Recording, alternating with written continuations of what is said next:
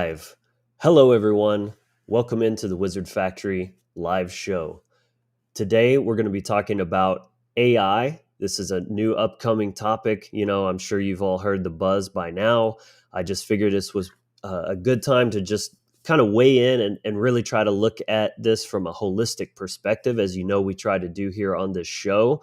These new technologies are coming in, and there's not much we can do about it, right? Things are moving forward, things are advancing. And so, as you know, we're all about being empowered, being proactive. So if you can't stop something, if you can't control it, you can at least do your best to try to be on the proactive side of things and figure out how you can utilize and leverage things to your benefit, and hopefully the benefit of all. So that's what we're going to be discussing today. We're joined by friend of the channel, Will Keller. Always awesome conversations with Will.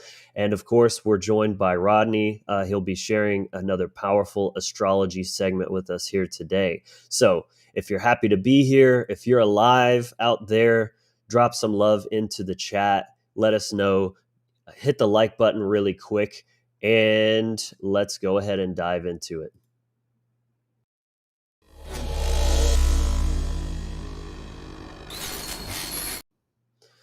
All right, so welcome to the show. We are live every Saturday at noon Central on YouTube and Facebook. Odyssey, I believe. I'm not sure if that goes out live on Odyssey as well, or if that is just it posts after the fact. I need to find that out. But if you're here, thank you. If you're new here, this channel is all about giving you the spiritual tools and mindsets to live a more free and empowered life. We are a growing community of those seeking self-improvement, spiritual evolution, and a tribal family. So if that appeals to you, consider joining us. Subscribe down below. And whether you're subscribed or not subscribed, hit that bell below, because if you don't, then you're leaving it up to chance that Facebook is going to be giving you good quality and unbiased content. So we keep it real here. So just make sure you're getting directly into your feed, into your notifications every time we drop a video. So with that covered, welcome to the show. It's another good day. Living the dream in paradise, right here in the free range human farm. And again, real quick, if you already know what to do with that like button. Smash, smash, smash. Yeah. Smash. All right. Jokes aside, guys, let's go ahead and kick it off with Rodney. He's going to be joining us to share an astrological weather report.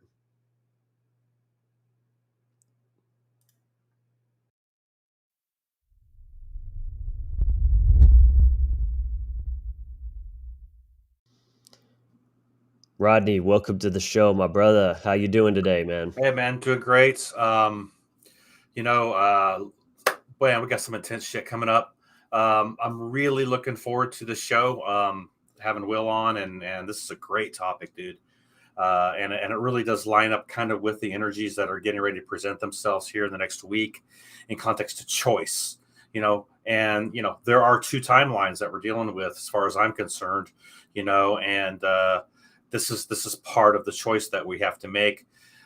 And to those doing the path work, this powerful solar eclipse is what I want to get into today, in context to being in Aries. I want to get into that because this is really announcing something for us, those who are carrying the torch of Kenaz, in context to lighting the way and lighting the path, and bringing that energy of Daggaz up into illumination in context to not only our own individual lives, but then, inputting that into the collective with shows like this as well. And then our year of harvest in context to the seeds that we've sown since the 2017 eclipse, which I've been studying, August 21st, 2017, when we had that powerful solar eclipse in the United States. And interesting enough, this particular eclipse that we're coming into right now is in Aries. So this will be the second lunation in this particular gate in context to beginnings. Aries is about self. It's about the, basically starting up a new beginning, and we just had a new moon at 0 degrees with sun and moon. And that was announcing something that was ending and something that was beginning in context to the Aries gate, which is the first gate on the wheel. So we're dealing with ourselves here in context to our own path work and our self-individual leveling up now, okay? This is what it's announcing. So we've been sowing seeds since that solar eclipse of 2017, which was in Leo. Okay. And that was also a North Node eclipse in context to what this is going to be. So those seeds that we've been sowing as path working in our lives, are now beginning to, they're beginning to break open. I look at Aries as the seed, and the energy of that energy of Aries is within that seed, right?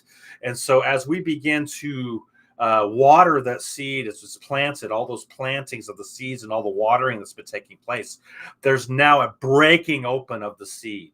Okay, so the 0 degrees sun moon conjunction, there at 0 degrees with the new moon was announcing an ending of something and the beginning of another.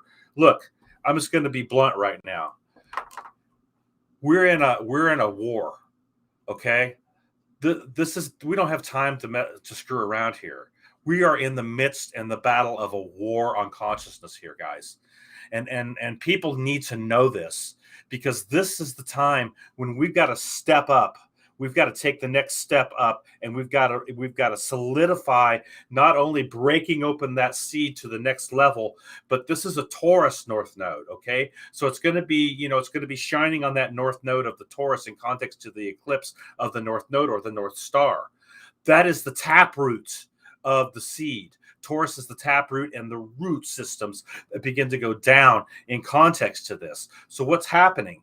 We are now getting something here that is going on to all the magic, all of the love, all of the power, and all the seeds that we planted for the last 5 to 6 years that have been going out are now going to start to get this boom. They're going to open up. They're going to break open. And that's what this eclipse is all about.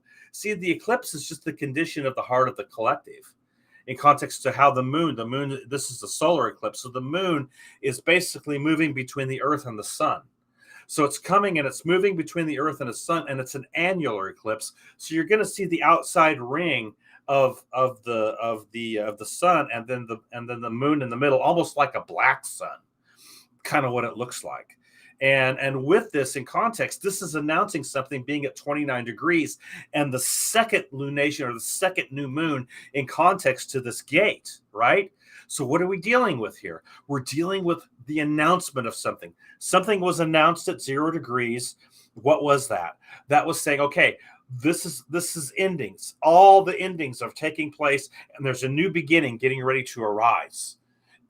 The warriors are going to arise with the torch of Kenos in their hand in context to the seeds that have been sown, and we are going to now have a harvest this year in context to those seeds. We're going to see the plant and the tree begin to come up out of the ground now, because this is a brand new beginning, and we are going to begin to see the harvest of our labor and our work in context to Yera this year. Now, interesting enough, this is a 29 degrees eclipse, an anaretic position. So this is the challenge, because an anaretic position is always a challenge whenever it's at a gate, whatever gate you may have a 29 degrees, placing, that's a challenge to that gate and to yourself in context. This is a challenge to ourselves. Look, we're up against evil, and we got to be able to look that shit straight in the face and not back down. We aren't here to play around. We're here to take the next step up and take the harvest of those seeds, and then bring this into a place where that seed now is cracking open, and that taproot in context to this Taurus North Node that's happening, and begin to actually solidify our positions as mages, shamans, and those that are mystics, and those who are doing this path work. Okay, you got to level up here as a warrior. And that's what this is really announcing in context to this solar eclipse that's coming up. Now, the octave of Aries is what? Scorpio. we have a straight up square to Scorpio and Aquarius, which is announcing what? The actual taking charge of our organic technology. See, this is what it's announcing. The announcement of our organic technology and the leveling up and the breaking open of the codes, or the what I call the codes within us. There's 64 codes within our makeup in context to our genes. We are dealing with the 60th code here. Okay, I've been doing some research on this, and this is breaking open the vessel. And this is breaking open and breaking down and breaking open the limitations that we've been under in context to our own path work, and where we've been coming up against that ceiling. This is the time where we break through that ceiling. Okay, now what's happening? Okay, so this is going to happen at midnight on the 20th. This particular, on here in the United States, this is going to happen at midnight, and we're literally going to have the clarion call of the horn. So the horn is going to call forth through the eclipse. It's going to call forth the warriors now to take the next step up and the next level up in context to where we're going with everything. Okay, you got to set the intent to where you want to go with your warrior codes. Okay, that's what this is announcing. It's trining to Pluto, which is the octave, which is the transformation aspect in context to this. Okay, I'm not trining, it's squaring. So it's squaring to Pluto in context to this. So there's tension there, right? Well, as warriors, we need tension. We need challenge, because without tension and challenge, you don't level up. Okay? So the square that we're going to experience is challenging us in context to the octave of Mars, which is Pluto, or Aries and Scorpio. Okay, so this is bringing us into the space where we're feeling that tension and that power base in context to how we want to level up our lives. Okay, and where we want to go with things, and tapping our warrior aspect, and taking the challenge to the next level. Now, as this begins to happen, Sun is going to move into Taurus. Okay, so Sun's moving into Taurus on the 20th. We're getting the eclipse right before at 29 degrees. And then the next day, Mercury goes retrograde in Gemini, and it's conjunct Uranus, which is the breakthrough. Okay, that's why this is on a Taurus North node, because this is the breakthrough that we need in context to this, because Uranus is setting in Taurus as well, conjunct with Mercury, which is all our communication. See? So where are we going to take the communication now? So it's going to conjunct Uranus. It's going to pull back for 6 weeks. We're not going to get the breakthrough quite yet. It's going to pull back for 6 weeks. Then it's going to go direct. And then in the beginning of June, it's going to go direct. And that's when the breakthrough is going to begin to happen, as it begins to transit through the Taurus gate, hits the Uranus conjunction. And then in June, we're going to get that breakthrough in context to leveling up our warrior codes to the Uranus energies. That's the breakthrough. That's the maverick. That's the nonconformist. That's the actual lightning strike. Okay, that's where your Uranus is, your higher mind, and it is the octave of Mercury in context to what's happening on the ground and what we're pulling down from the cosmos. In context to what's anchoring the 11th gate and the Aquarian energies, which is about the true technology of our lives. What we came in, this technology right here. And that's the challenge between the two timelines. That's what we're dealing with, the organic timeline and the AI timeline. This is what this is actually signaling in context to this solar eclipse. And it's no coincidence that you're doing a show on AI right now. I mean, bomb, boom, man. This is powerful. Yeah, it's so funny how we don't have to plan this stuff. It just keeps working out this way because, again, it's already happening. It's playing out in the ethers, and things are aligning. So, like I find some comfort in that like there are forces at play that are bigger than us. And, of course, tapping into your own awareness and being empowered through that is important, but just understanding it's like you're going through school, right? This is a university. When you go through school, you're in a curriculum. You go Yes. through stages. There's learning, there's tests, there's, play outside. Like there's all these different aspects that creates a whole holistic education. And so like the fact that we're kind of all in this school together, I mean, think about it. When you go to college, you make great friends because you're in these really hard classes. It's very stressful, and that creates a camaraderie because you're going through the same Yes. trials and challenges and tests and things, and that brings you closer together because you're going through the same shit together. Right. We're human beings. We're having this experience. So I mean, Yes. there's a lot of things to be concerned about and doom and gloom and all that, but I find comfort in that aspect particularly, that like we're all in this together and we're going through the same shit, and it kind of points towards why alignment, unity is so important, because we're not fucking enemies out here. We Right. are here for the same reason, even Right. though many of us have forgotten why we came here. That reason is, that purpose is intrinsically there regardless. And that's what we should be focusing on. That's Hmm. the most important thing, beyond any constructs of identity and ego and politics and all that bullshit. Right, and this is what they're tapping right now in context of these programs.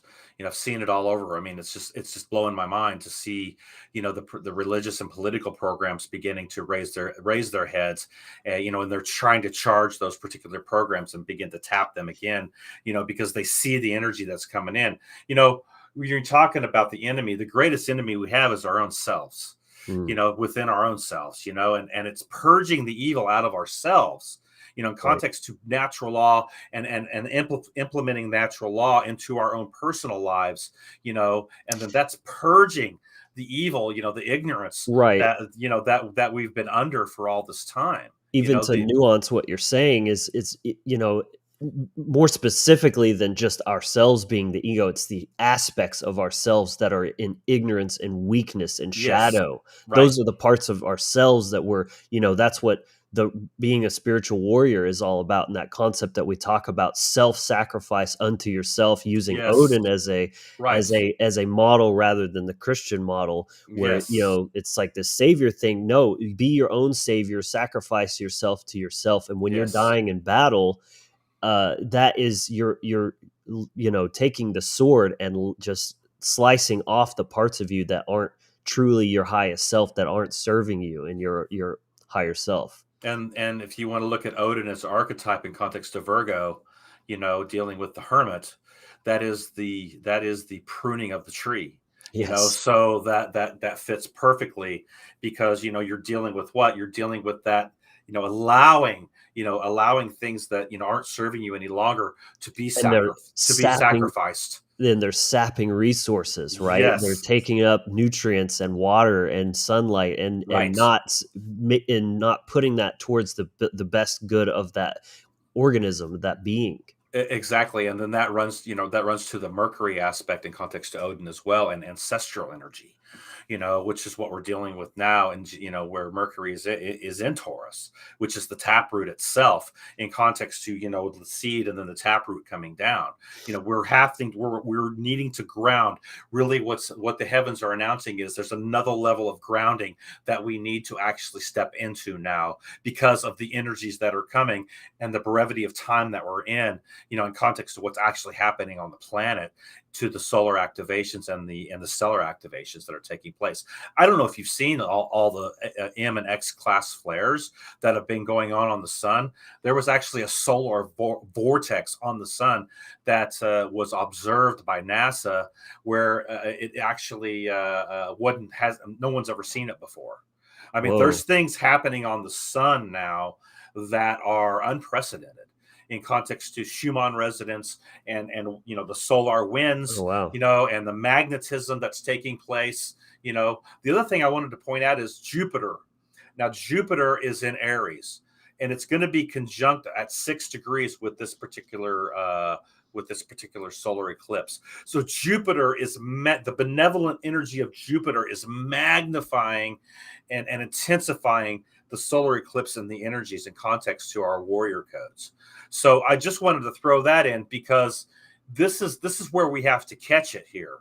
And when we do this and when we catch it, there's going to be another level of us path workers, those who are doing this work. We're taking the next step here, guys. This is what this is all about. And we're literally taking all of the rags and the bloodied rags that we have wrapped our wounds in that have healed. These wounds have healed in context to, our path work and what we've done. And we're going to take those rags and we're going to wrap the torch in context to Kenoz, and we're going to light that. And that is going to be our light in context to how we move forward now as warriors. Wow. That's a dope allegory right there. I love that. Yeah. So anyway, that's kind of what's going on in an overview, bird's eye view with the solar eclipse. We should be excited, man, about what's coming. Holy shit. You are here, everyone who's listening, you are here at this time for greatness. Absolutely. And you got to catch that. You got to see it in your first eye and your third eye. You got to see the greatness that you're here to do. And when you do that, and when you start to place that image of yourself within yourself in context to that greatness and self-worth and passion and self-validation, you're going to begin to have a springing forth of life, and the seeds of life that have been planted within you come forth. And the tree is going to prosper within the aggregate that you've planted those seeds in. So I just want to encourage everybody, this is the time that we're not pulling back here. We're moving forward in context to offensive. Okay, so we've got to have an offensive that's going to take place in context to this war on consciousness that's going on. So plan it, bring it, you set your intent, bring things into manifestation in context to that intent, and set your thought, your mind, your will, your emotion, and your action in alignment with truth. And when you do that, you're going to see major breakthroughs in your life. Absolutely. Very well said, and very inspiring and powerful. It was just striking me the thought of a seed. You're talking about planting seeds and bringing those to fruition. What is a seed but unlimited potential, right? Exactly, man. It's all contained in that one little morsel. And then you have people out here that are lying to themselves day in and day out that they're just a rock and not a seed, Exactly, that they man. have no potential. They're just an inert piece of mass. And of course, that becomes a self-fulfilling prophecy, but you are betraying yourself. You're betraying that potential and what you chose to come here to do. You're denying that. And you're just gaslighting yourself into, I'm just a rock, I'm not a seed. And of course, you're never going to grow. But you have to, the battle is starting. I mean, it's been going, but you're saying like the next round, people are charging in, and it's like that's where the gains are, and you're going to get left behind. Yeah, we're coming up against another round here. See, everything that's happened in the last 5 years, in context even to 2020 when that spellcast was thrown out and the needlecraft, in context to that, we have been dealing with all this up to this point.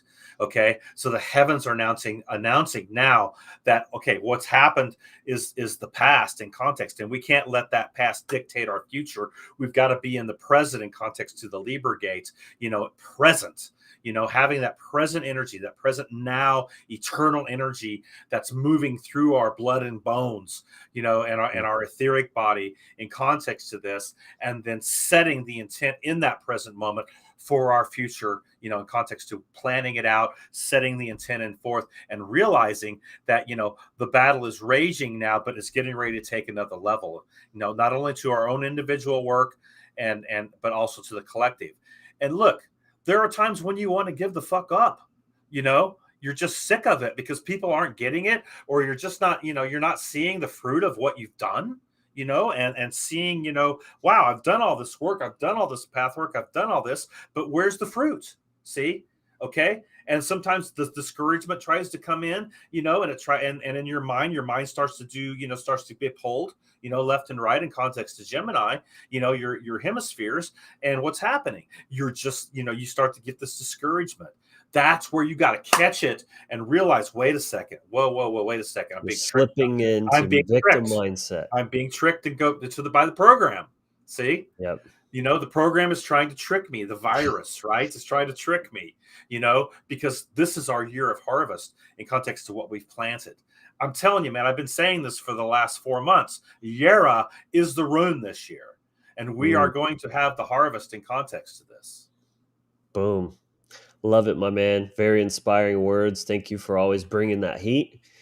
And yeah, that concludes the Awesome, astrological segment. Rodney, give a shout out to let people know where they can find you. But just side note, I recommend everyone go and look at his recent video. He goes more in depth on this eclipse. I watched that yesterday, I believe, and really found a lot of wisdom and power in there. Yeah, it's on my Facebook page and on my Hardcore Productions page on Facebook, and then I'm going to be loading it up to my YouTube page also. Both of those are Hardcore Productions YouTube and Facebook, and then I have my regular Rodney Goodwin page on Facebook, and then my website is hardcoreproductions.com. So that's where you can get a hold of me. I do transit readings, which are very powerful, and they're very beneficial, in context to what's transiting your natal aspects, so you can look at, where things are and set a plan in motion in context to your magic, your own personal magic, and how you're wielding it to planetary magic and planetary alchemy, and then also natal readings as well. So anyway. It looks like my camera kind of freaked out there a little bit. I don't know what it's doing here.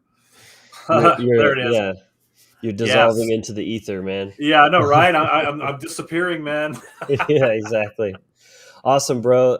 Thank you as always, and yeah, we'll bring you back in just a moment. Okay, man. Cool. All right, everyone, give some love for Rodney. Always bringing that good wisdom from the stars and the planets.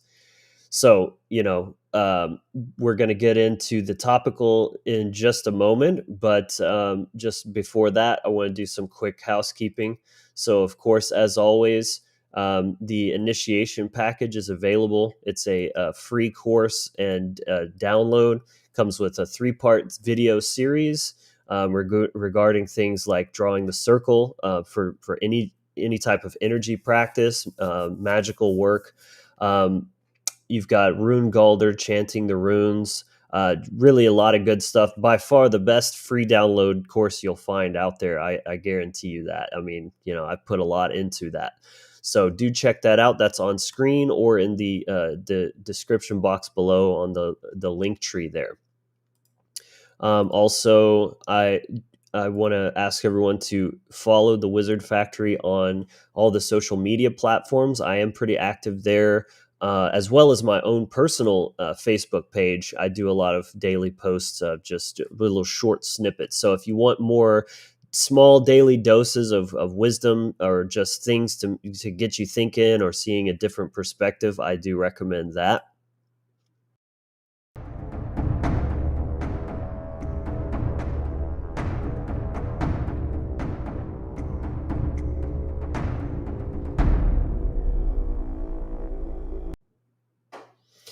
All right, so let's move on into the topical discussion. So, of course, we're getting into AI today.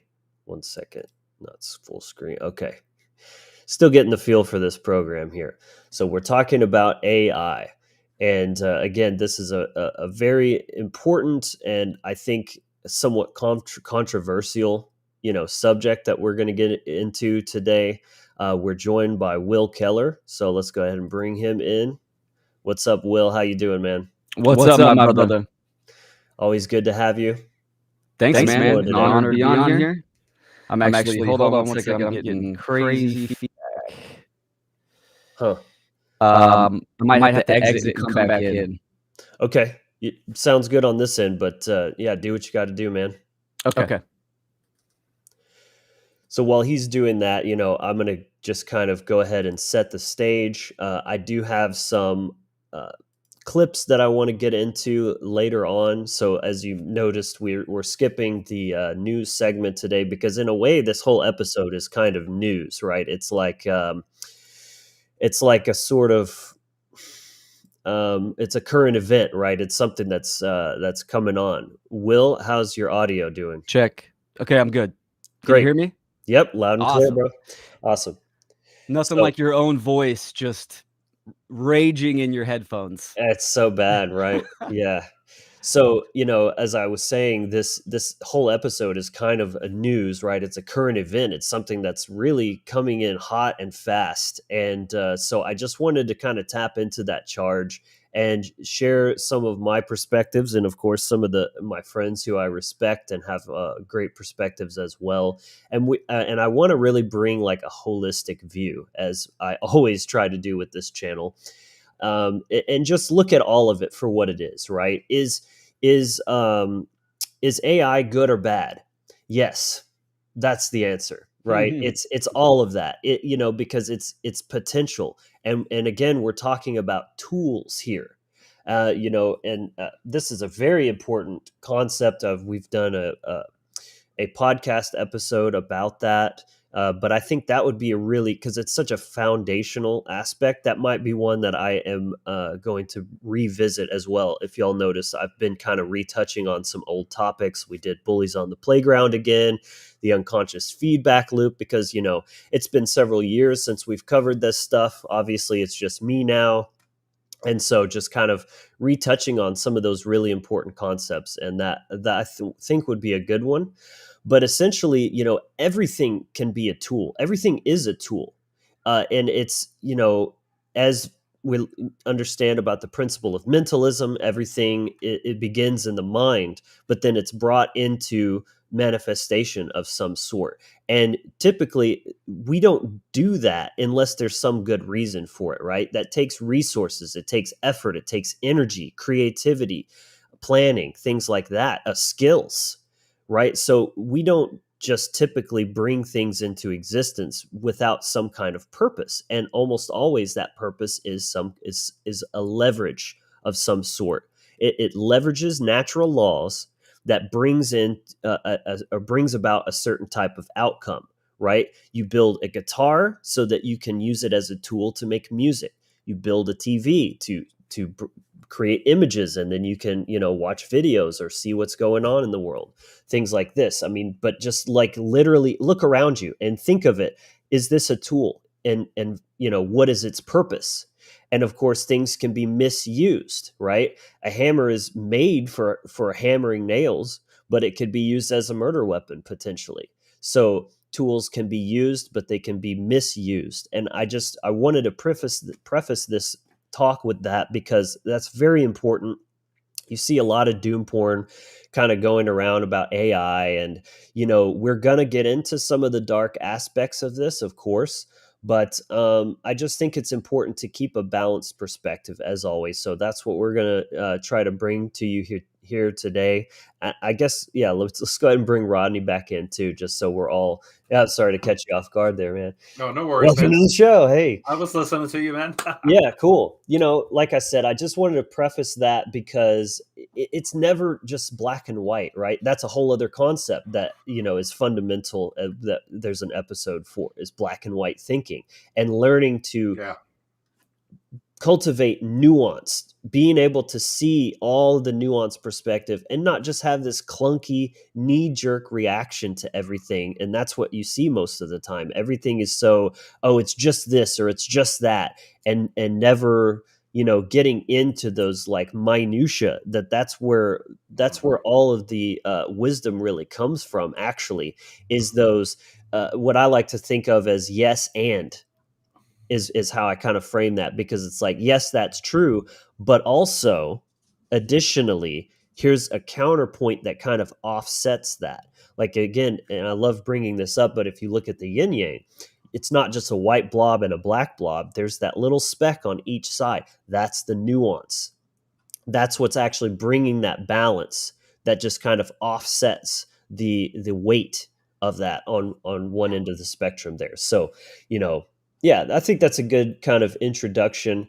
But I also thought it would be good to touch briefly on what AI is or is not, because I've already noticed some of the comments people are saying they're not very familiar with not very familiar with the subject. And so just briefly, for folks who aren't quite in the loop on this, there's particularly a program called ChatGPT. It's developed by a company called OpenAI. They were recently purchased by Microsoft for like 12 billion or something crazy like that, and they're going to be integrating that into their tools. Their Microsoft Office is going to have like a Copilot AI feature that can literally like read your spreadsheets and give you highly specific and nuanced like analysis or answer questions about things like that, things that either would be way beyond the skill of a normal person or just would take way too long. So I think one big thing with this is just it's going to bring efficiency and effectiveness like off the charts, like just parabolic in terms of versus just people doing things the old fashioned way, so to speak. So, um, you know, ChatGPT is what's called a language model or an AGI, an artificial general intelligence. And it's basically just using text language from the internet from a very, very wide source. I mean, it's pulling from articles, it's pulling from blogs, it's from YouTube video transcriptions, just pretty much anywhere you can think of. And I think one useful way that I like to look at it is think of it as a two-way Google, right? Google, or just a search engine, in its rudimentary form, is a one-directional platform. You put an input in, a question or a phrase or something that you're searching for, and it gives you results back. But that's the end of the interaction. If you want to change, you got to tweak, and change the thing, and you're going to start a whole new interaction. With this, you can literally have a conversation with it. You can give it directives. You can give it boundaries, like say, I'm looking for this, but only tell me this, or leave out disclaimers, or pretend you're a health coach and I'm asking you this. So you can put context to your question. I mean, it just, there's so much more, potential with that. And then you can ask follow-up questions. So it'll give you a result. And then you could just say, tell me more, and it'll just spit out more. Or you could say, put this in a 10-point bulletin, right? The applications of this are absolutely infinite. People are using this to write papers, write articles, create content. I mean, you can literally make full YouTube channels using nothing but AI. And absolutely, this is going to make its way into the workforce. And we're going to be getting into that a bit later on. But, before we get too into all of that, I want to open it up and let you guys kind of weigh in on just like what you think of what is AI at a fundamental basic level to kind of introduce people. Yeah, no, that was a great introduction. And, we got to say it right off the bat. There's been a lot of predictive programming with AI. I mean, for 20 years, right? We see sci-fi movies and, they're showing artificial intelligence and, taking over the world and in control and all this stuff.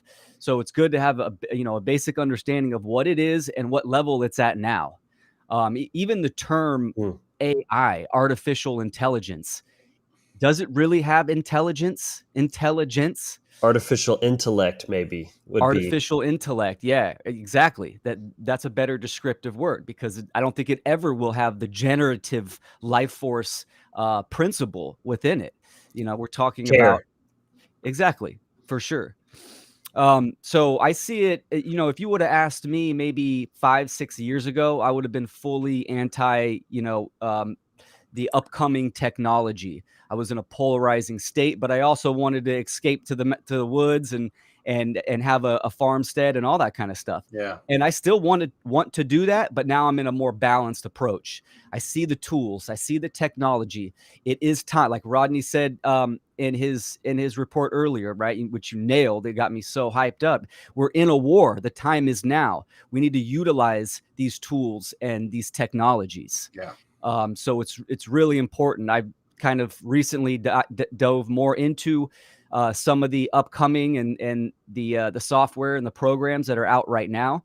And this is huge opportunity for content creators to utilize these programs to get the message of truth and freedom out there with relatively ease. Again, it's still the beginning stages, and I'm sure we can dive into, you know, some tools and opportunities. But I'm excited. I understand the potential for it to kind of go in a negative aspect and used against us. So I'm aware of that. But you know, just like when the firearm was created, right? I mean, that's a neutral tool, can be used for self-defense. You know, people were using it for hunting and or to kill someone, right? But Right. ignorance of that technology is Yeah. a negative aspect and will be Yeah. used against you and against humanity. So that it's important for us to have some knowledge on this topic. Yeah. Yeah. The ignorance is the deal, right? I mean, that's what it comes down to. You For know, sure. you mean there's nothing evil within itself in context. You know, I mean, it's what's charged to it. You know, in context to what's being wielded in consciousness. You know, and so if you're ignorant and you're a narcissist and you don't give a shit about people, you know, you're going to wield it to a negative, evil aspect. You know, and that's the deal with AI. You know, I mean, we're looking at a major agenda. You know, I look at the what's happening. I'm just going to take it a little off here a little bit, but I believe that the transgender and the transhumanism are connected. You Mm. know, Totally. in context to what to the identity of what actually the human race is trying to find. We're in a state of amnesia. We don't even know who the hell we are yet. You Mm. know, and so, you know, people like you, Will, and Logan and others, you know, we are not only doing our own personal path work, you know, to level our lives up, but we're also putting out the content in context to truth and natural law and cosmic principles and how they're actually wielded. And using the AI technology in context to what's being developed is just a part of it. We just have to realize that that's just part of the deal here. And so why not use it and use it in the form of being able to wield truth and get the message out like you'd spoken, Will. I mean, I see that totally. I'm not against it either, you know, in context to using it and using it as a tool, you know, Mm. to get the word out, so to speak. But there is this dark, evil side of AI that's also being perpetrated, you know, to the collective as well, that we're going to see in context to the 2030 agenda that's Oh yeah. you know trying to be rolled out here. Yeah. And just to touch on that point you said about seeing transhumanism and transgenderism as related, what struck me there is that they're a bastardization of the Yeah. biological spiritual technology of the human body. Yes. And it's all about body modification, enhancement, whatever you want to call it. And it's not fully understanding the divinity of this vessel and what its potential is on its own. And like, of course there's a line to be drawn. We're already there. There's people with pacemakers, like you can't. Yes. I don't think that it's evil to have a pacemaker, right? Or you're like, I don't know, like there's some gray areas there. So I'm not trying to paint with a broad brush, but regardless, that is a little bit side tangent there. But to bring it back, we're talking about tools again, and it's like, I think one way to look at this is actually compare it to, say, something like a gun, right? Because a gun is something that's potentially very dangerous, right? We're not just talking about, kumbaya, it's all going to be fine, right? There's very real dangers. Something to wield something as powerful as a gun, for example, you need to do it consciously. You need to have safety in mind for that. It's not something that should be used irresponsibly, and it can be very dangerous and destructive. AI is no different than that. But to say a gun is inherently evil is just a fallacy. Because what happens if I take a gun and put it in your hand? Is it still evil? Are you projecting that you're gonna have the same bad intentions as a criminal for simply using a tool? Or you just, you know what I'm saying? Like, it's inconsistent to say that, because if you can use any tool for good, then anyone else can too. It's about potential, and that's the point that we're making here. We're not saying it's one thing or another. That's why we're taking the neutral stance of it's all about, it takes on the ethical form of its user, and just on its own, it just is what it is. So again, just like guns, to ensure that it is as safe and fair, and to keep a power differential from happening, you need everyone to have it. That's the whole point. If we disarm the people, but the government still has guns, Right. now you've created a power differential, and that creates slavery. So Yes. it's the same thing. It's like, okay, technologies, they can't be uninvented. You're not going to put the toothpaste back in the tube, right? That's just not how it works. And so the only option is to embrace it and make sure that you're using it for good, and you're showing other people Yeah. how to do it, because it's definitely going to be used for evil, just like any Yeah. gun. And you Right. don't hold these gun manufacturers, responsible for a crime that was committed with one of their, it's just stupid, right? Just, Great point. that's not Yeah. how you should be looking at this. So Yeah. it's what you can do is use guns for good, and teach others how, morality, how to use it, and what its actual purpose is self-defense, right? Not causing harm or initiating Right. harm, but stopping harm. It's a peace restorer, not a peace disruptor. It's same thing with this. So, I think that's a good parallel, is like the only way to make it as safe as it can be is to distribute it as widely as possible. Occult knowledge, another perfect example. There's another, it's a power differential because they have it all and most Right. people are ignorant. And only by being a de-occultist like we all are here, Yeah. is that going to level the playing field and make sure that it's not being so weaponized against it, or that people at least have a fighting chance to, to hold their ground.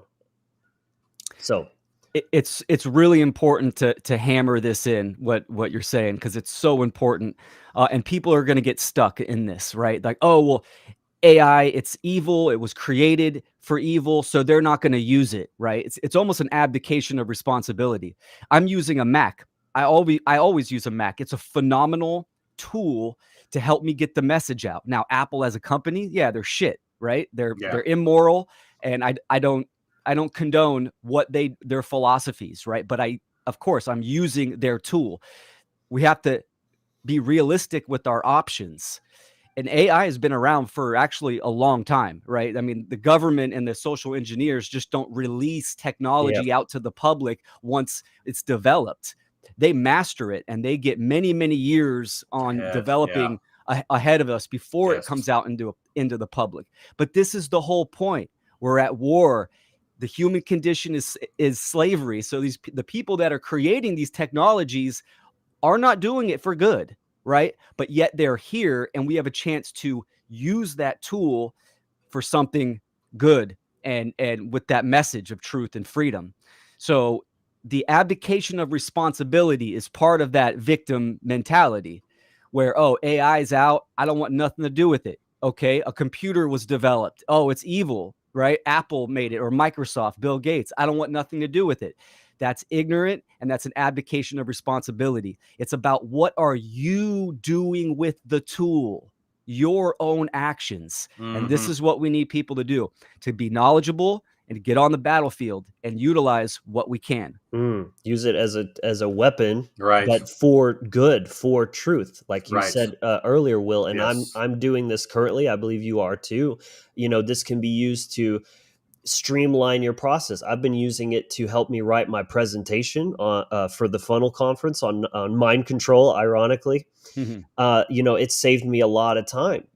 I'm not using it to write it for me. I'm using it to give me information that I can put into my own words and structure in my own way. So, like, I think that's one misconception about AI, especially when applied to the arts directly, like with Midjourney and things like this.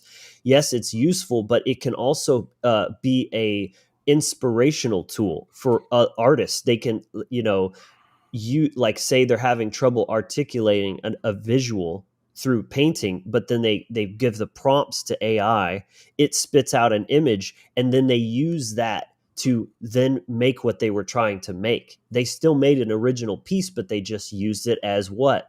A tool, right? And I think that's where it's, key. Like, so even a lesser known fact about myself is I do a lot of voice impressions. And now Yeah, those are good.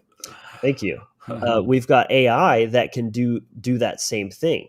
And people have asked me, well, does that bother you? Like, now AI can just do the same thing. I'm like, not really, because it's not that impressive when an AI does it.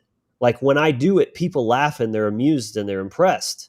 But if everyone knows, like, an AI could just replicate a voice, but there's no art to that. There's no creativity. It's just an algorithm replicating, right? It's different. So I don't feel threatened with my plans to build another channel around that skill, because I think people will still be interested to see it, even though there will be other people using that to make content, by just, they revoiced something with somebody else's voice or whatever.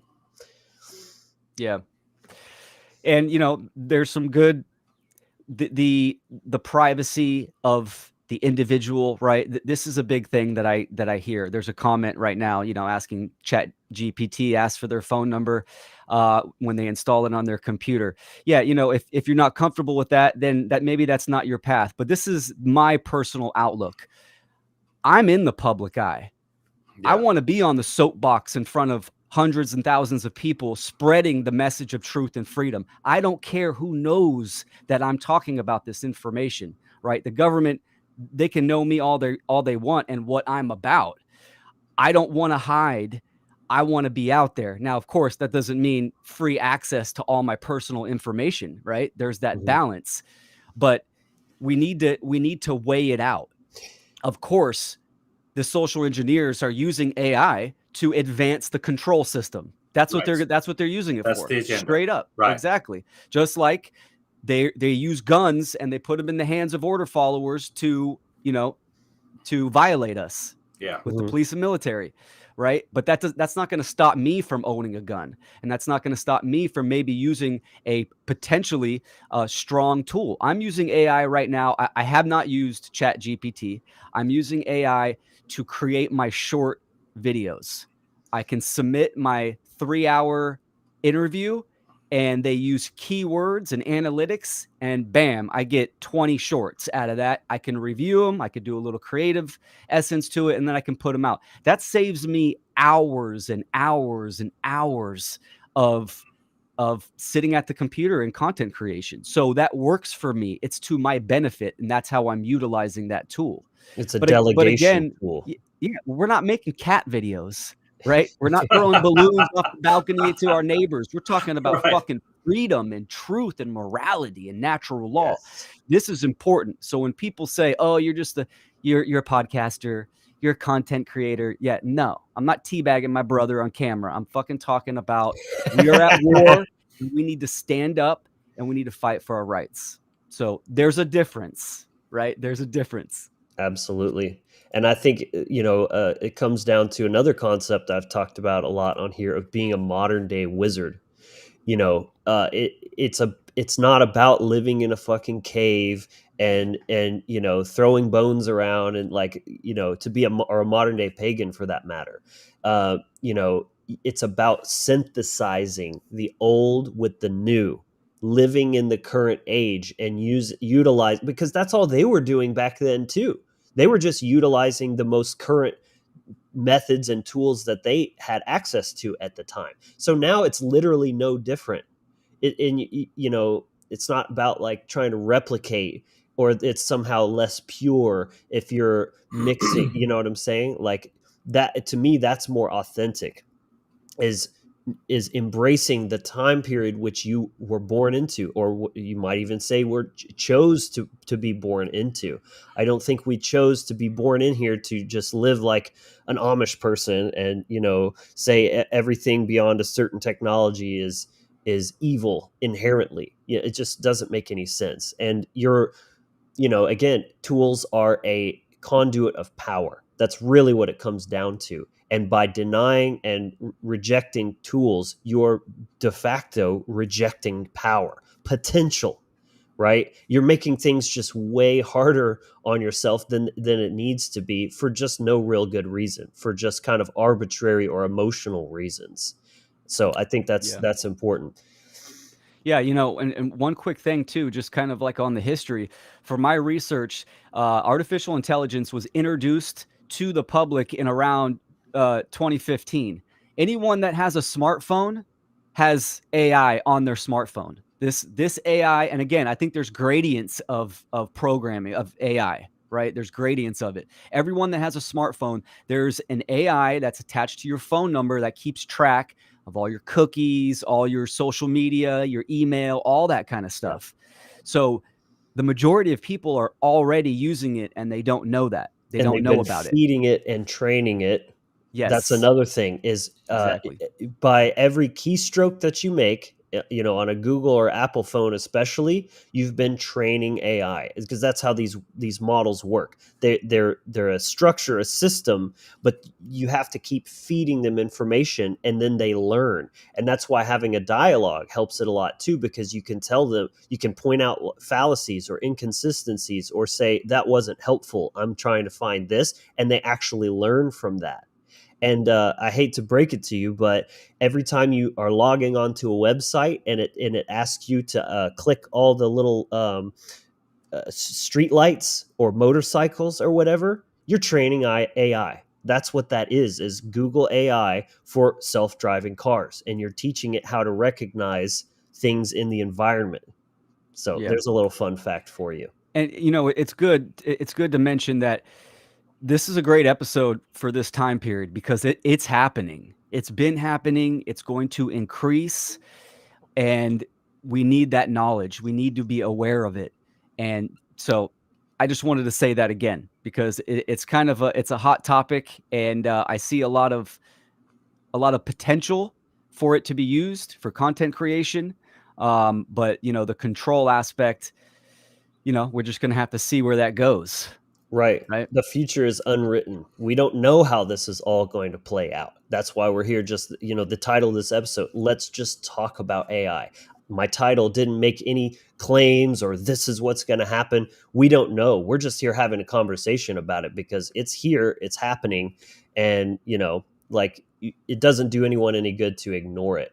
I think, the faster you can embrace it, but utilize it for your own, for good, a force of good, essentially, you're going to be better off, because it's kind of like being a first mover in the .com era or something. Like the first people that were building websites, and everybody was still like, oh, this is a fad, it's all gonna go away.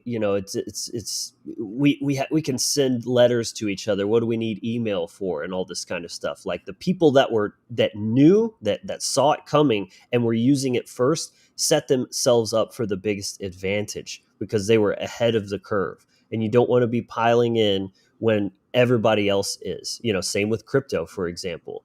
The retail always buys the top, and that's like at the end of the trend, that kind of thing. Yeah, I mean, most of the financial platforms are all ran by AI. Yeah, there's bot Yep. trading that's Yeah. already being implemented Yeah. as well. I mean, like this is so much bigger than you think it is. Like anyone, I'm saying that generally because it's there's data that's saying that it's going to be disrupting like most jobs. At least 50% of your job will be delegated to AI within a few years. I mean, maybe 3 to 5, 8 years, something like that. I mean, it's going to take some time, but not probably as long as, not as long as you might think. Well, Like it's coming in hot. and smart cities, they're already planning these as well. Yeah, Mm. they've been planning this for years and Yeah. years and Yeah. years. And absolutely, this is part of, and again, I'll say it again, like what you said, Rodney. This is part of a transhumanistic agenda. Absolutely, that's the macro goal where they want to take it. They want to take it to that level of a control system, right? Yes. For the future generations and generations.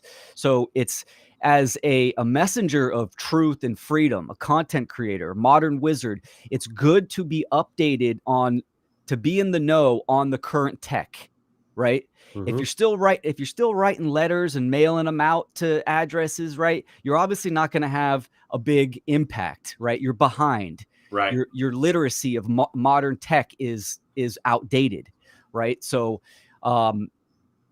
it's good to know this type of information to help your craft to be efficient and potent. Absolutely. Yeah, isn't there, I mean, there's the line, right? I mean, when we're looking at the actual organic technology of nature itself, and then the actual organic technology of this physical body in context, we are entering, the age of what? Aquarius. Pluto and Aquarius is announcing this in context to this, so, I think there is a balance. We still need to, understand that this particular technology we need to master. There is what they call quote unquote junk DNA, what they call within within our physical body and also our etheric body in context that we haven't actually tapped into yet in context to our giftings as human beings. I mean, taking it back even to our ancient past, in context to this, what we used to be able to do. I mean, you see the megaliths, you see all of these, absolutely beautiful megaliths that were created on this planet. Who do you think did that? That wasn't aliens. Okay. It was the human race in the context of the technology. We've just fallen down into this fallen state of consciousness, and so what's actually happened in context of the control system, the transhuman agenda, they're trying to implant actual artificial intelligence into the physical body is what their goal is, to bring things into a place where you can access things, without actually having to do the work, to actually remove the overlays and the distortions in context to the alchemical process of mastering the actual organic technology that you're in. Yeah, and they're laying that foundation. That's what they've been doing the last 3 years, right? Getting that Exactly. into people with the needlecraft. Exactly. So, absolutely, and well said, Rodney, for sure. There is that balance, right? I mean, right now there's software that literally you don't even have to be on camera. You don't even have to use your voice whatsoever, right? You could upload Yep. a picture of someone and it'll animate, and you'll literally have a video of someone talking, and then use Chat GPT to write a script, input the script. So you literally do nothing almost, right? You just have to just set some settings and press go. Now, to me, it's very important. The ultimate technology is the human being. So we need to master that. We need to use the voice. We need to put ourselves on camera and do that kind of stuff. So there is an imbalance that can be used with this type of software. And hiding in a dark closet and just letting AI put out the content, that's not going to do good for your internal ecology, right? Right. Exactly. You need to be utilizing that creative essence nonstop. These are what we're talking about right now, is that they're tools, maybe not tools for some people. Maybe some people want to do video editing for multiple hours when an AI can help you with that and speed up the process. So it's all about you yourself being in control and knowledge. Yeah, and just like Sophie is saying here on screen, artificial intelligence should not replace humans. Just like what you're saying, I don't think that must be the outcome. Maybe some people want that, especially the ones that are in charge, so to speak. But I think the more useful sort of frame to put that in is enhance humans or enhance human performance. Because like you said, Will, some people will still want to create videos on their own, and they can just use it where it suits them. They can delegate tasks and computation to it to make them better able to do what they do, but they get to pick and choose. And that's the point. With a tool, you are in control. I think it gets really dangerous when you start giving the AI too much control. But as long as you're the one that's the boss, right? Look at me. I am the master now, right? I'm the captain now. That's the goal, is you use the tool. The tool doesn't use you. and that's important. Staying in your power is always the name of the game. That's what it's all about. So I think that's an important thing to note there, is just to iterate that you want to stay it's going to enhance what you can do. It's not meant to replace you altogether. And if it can replace you, and this is another thing that can kind of segue into another thing I want to touch on, is maybe it should be if it can do something better than you, then you can let it do that, and then you can spend time doing things you'd rather be doing, or that it will never be able to do better, if that makes sense. There's aspects of humanity, your humanity, that can never be replaced, no matter how advanced these systems become. And that's the part, and that's where the potential comes for extraordinary freedom through these. I think, yeah, this is a good place where I want to introduce a concept here, where I think I'll play the video first and let Raoul Pal explain this. Raoul Pal is a macro investor, but he's a very smart guy as well, and is also kind of involved with some aspects of AI. So I'm going to play this short clip. I think I fixed the sound issue, so let me know in the comments if you can hear this, but it should be good. And I'm going to play this segment right here. What is GDP? GDP is a sum of all the economic activity that goes on. We're talking about comprised GDP. GDP is gross domestic product. So essentially you're talking about, again, he's a macro analyst. So there's, but this will tie in, if you just bear with it here.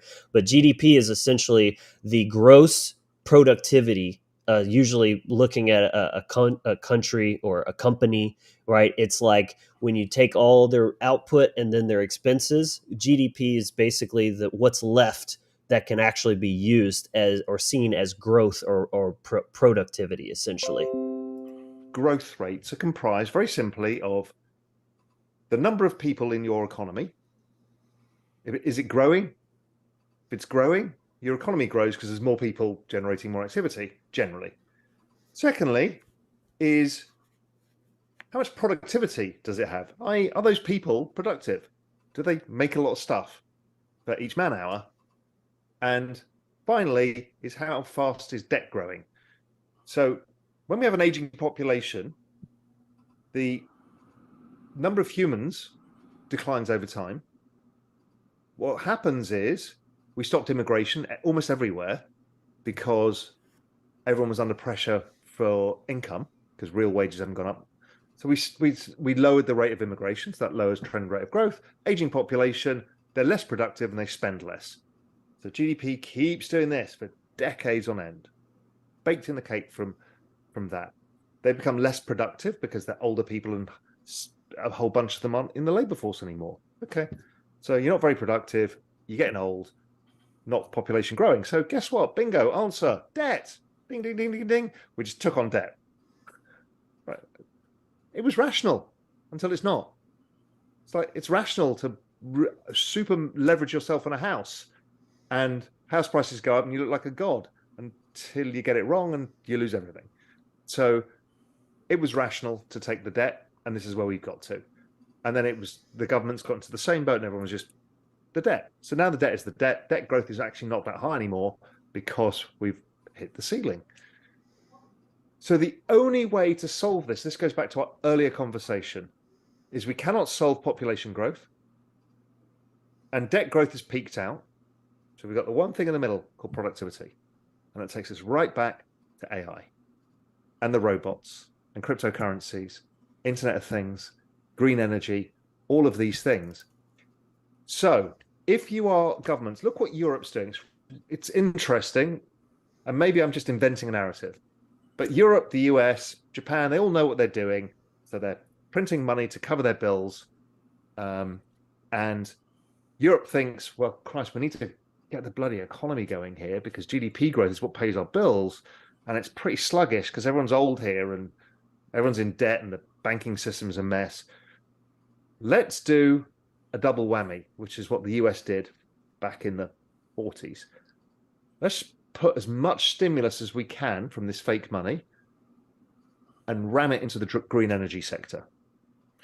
And we're going to build a lot of stuff. And we understand a lot of stuff is going to be wasted capital, but out of it, we're going to do one amazing thing, and it will happen, is out of this, energy costs will collapse. Now, this is really important for people to understand. What does technology do? Technology drives more productivity out of a single unit of energy. Kind of, once you see this thing, it's like that's what humans do with everything. It's like find a way of extracting more for that barrel of oil, because that's what we use. Now, that barrel of oil has been our fixed energy source since we replaced whale oil. So we've been using this, and so it's been the constant. So technology's had to drive all the productivity in every way it can based on how much is this. So we've had to bring computational power down, everything down, so that one fixed thing, which is the price of oil, which on a inflation adjusted basis has been pretty stable for the last 70, 80 years. And if what the US is doing with its Inflation Act and the Europeans are doing with its green energy, and Japan is doing, and China's doing, and Australia's doing, and the UK's doing, if they force enough investment in, they will change the energy source of the world. And because all of these have exponential downtrends in cost, we will change the energy coefficient. And what happens is productivity times the lowering the cost of energy is an exponential change for all of us. That's all right. So this is a really fascinating video. I recommend everyone watch this. Tom Bilyeu, and I'll put a link later in the post on for the description. But what he's talking about here, I think, is really, really profound. So he's basically saying that we are in a dilemma where productivity, where GDP is going down and debt has peaked, right? I mean, it's maxed out. Like you can't, it's an insolvable problem there, basically. So the one factor that can offset this whole thing is productivity. And that's where AI comes in. That's the way that they can shift the scales back, because we can delegate and to AIs and machines, essentially. So, I mean, I know that sounds scary, and it could be, but it's like, just keep in mind how much of this could be your programming, right? We've been programmed from birth to need to work, right? We need to work to make a living. But I'm so curious, like, what would the world look like if that wasn't so, right? What if basically the job force for humans got shrunk down, but we got all our needs met because we're using tools, technologies that make things still happen without needing to go into a job or a factory or whatever every single day and trade your blood, your life force energy for simply survival. That is extremely fascinating to me. So if productivity goes way up, then what if it's actually possible, that we could have a world where things get done, but our time is freed up and we can actually spend our lives doing more of what we want to be doing, right? What is your guys' thoughts on all that? Yeah, I mean, that's a huge potential. I think right now we're in a transitional period, right? I can see, the younger generation where that can be a factor. And I think that's great, because if all the shitty jobs that a lot of people don't want to do, AI can do that, increase the productivity, allows people to be more creative. But again, it still comes down to but what's your message? What do you stand for? What are you doing with that creativity? So that's an important factor. It's interesting. It's definitely interesting. And I think we're in that gray area where we're going to see, maybe when we're older, or, when my daughter's growing up, we're going to see that actually be a reality in society. Yeah, it's like it's putting it in our face, the potential that's coming up of like, what would you do with yourself if you because we become so identified with our line of work, right? Well, I'm just this, I'm that. But it's like, if you took that away and you didn't have to do something, what would you just choose to do for no other reason than that's just what you want to do, right? So what if an AI can make a more beautiful piece of art than you, because maybe you've never done art before, but do it anyways, not because you have to or you think that's going to pay your bills, but for no other reason than it just brings you joy and fulfillment in life. Like, it's really something to think about, Rodney. Well, there's also another aspect to this, and that's the metaverse, right? I mean, actually escaping into another reality, and that is also on the table here, in context to actually not actually experiencing the collective reality, but going into your own personal reality, through the whole metaverse, concept. I mean, total recall, right? I mean, we're dealing with what are you going to do with your time? What do people do with their time now that they have when they're not working? Watch football and drink beer. Right. I mean, just breaking it down. Forms of escapism, which Yeah, the right, metaverse exactly. will be that, like, to the nth degree. What's going to replace that? Exactly. You can have your sports and whatever inside the metaverse. So why would you ever want to leave? Right, exactly. And then we got to look at, how things are actually ran now in context of the military industrial complex. They are using, there's my camera again. Yeah. They are using AI, in context to these weapon systems that are online now. Well, let's take it to the police aspect, police dogs, robots. I mean, where's it going to end? In context to actually policing, the streets, instead of using an actual, person to police the streets. Now we have robots and dogs, and, they already have them in New York. They've already actually put them on the streets in context, So we're dealing with what, again, we're dealing with the intent of the heart. AI doesn't have an emotional intelligence. Right. It's even been said, and it's open for debate. This is why I want a good discussion here. And I'm not saying I think this either way, but Tom, in that same interview, said something to the effect of, we need emotions to make decisions. If, like, people that have brain damage and they have emotional damage, like, they can rationalize why they should choose one thing or choose another, but they literally can't choose because they don't have any desire. And I'm curious, like, how that will apply to AI. It doesn't have emotions. It doesn't care. It doesn't care.